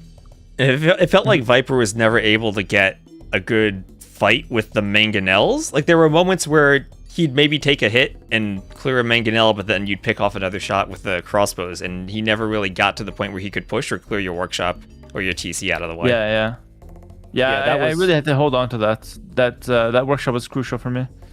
No disrespect, but in terms of percentages, I would have said like 10% chance, if that, at that point. Like that position was so brutal. So well played. Yeah. Thank you, man. All right, so you're up against the chef ACCM in the semifinals. You of course know ACCM very well, and he's also had a really good season. So thoughts on best of 7 semifinal versus ACCM tomorrow? Well, first of all, I'm happy it's best of 7. I think that gives me a bit more confidence. By the way, whatever happened to the top side of the bracket? Like nobody, it's always 3-0. It's like 4-3-0s. My goodness, it's a massacre up there. The lower half is the content hungry players for us. Hera, you don't get to call people out for 3-0ing though. Okay, you don't get to sit here and do that. You've done that a couple times yourself. So you're Pete Offender. He has not lost a single game this tournament, so yeah, it's good for that guy. But okay, against ACCM, I'm really excited to play him. I think he's a really like in recent times. I think he's kind of perfected his style. Like his style is now very hard to play against. He basically just dives you with army over and over again, trades army versus village. You DC'd there for a second, Hera. T-West, can you hear me? Oh, yeah, I can hear you. We lost Hera. Okay. He finally lost something. It was the battle against his audio setup. And I feel like if you're not like on this partner, to be honest, so. Hera, I'm gonna be. Could you like possibly repeat a couple of those words because you dropped for us? Yeah, you dropped for like 30 seconds. Hey, can you hear me now? I could hear you now. Yeah. We caught the tail end of what you said. Okay. You said he dives with a lot of armies, and he takes control that way, and then you dropped for us. Okay, you dropped again.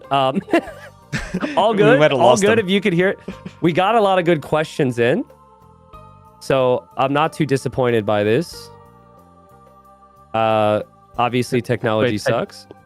I dropped again. Can you hear me now? I'm so sorry. I can hear you now. Yeah. Say what you can before your Discord goes up again, brother. Thank you. Good luck tomorrow, but say your words before Discord craps out. Thank you. I wish good luck to ACCM tomorrow. It's going to be a fun set. Thank you for watching, everyone. Bye. Yeah. Thank you, Hera. Thank you. Sorry, I felt like that would be really uncomfortable for Hera there. I didn't want to force him to stick around for any longer. T-West, it'll be some good semifinals tomorrow, man. Very different matchups, I would say, in terms of like the styles. I would say like Leary is just like he plays with such confidence going into every single engagement. He doesn't try and be too sneaky because he just feels like he can win every fight, which he has done. Sebastian, I think a mix of confidence and maybe creativity. Hera, I think he showed he was very adaptable today. Also has the mix of like defensive or offensive when need be. And then ACCM can be super sneaky, really tough to kill. Should be a really good conclusion of the event this weekend. Should be good. So what are your predictions? Do you think we have a Hera Leary final again? Or do you think there's a chance of an upset? Well, first off, Leary is 18-0 this tournament. So That's crazy. We are getting into kind of unprecedented territory because I cannot think of any S-tier event where someone has ever gone fully undefeated again. And that dates back like, usually someone's losing a game or two, right? It's like, Ornlu said it earlier, when Viper was winning everything, he'd still lose a game, right? It was like, it felt inevitable Viper would win the series, but Viper would still lose a game. And that's been the same with Hera. So, I just don't think Leary can. I do not think that he can sweep Sebastian. That's just how much I believe in Sebastian. I think Sebastian will be one of the most prepared players that he's faced this season. And I would say if Leary wins that, which I do, I don't know, like 4-2 for Leary, 4-3 for Leary or something. I'm really hoping for that. I think it should be a fun one. Yeah, and I know Sebastian's a player who's really been practicing for TTL for a long time, and he's going to be very well prepared for this. And I guess it's kind of hard Yeah. for us to know just what goes into Lyria's preparation, because as we've been saying, he doesn't play on the ladder. We don't see what he does to prepare. Like we might, for Lewis, we see him playing all the time on the ladder and grinding out games. Lyria is a bit different, but it seems to work out for him. Whatever he's doing, it's working for him. You know, it does. I do wonder if there's a point where if you're so like transparent with what you're going to do, that your opponent can look and say, okay, I know what he's going to do with these civs on these maps.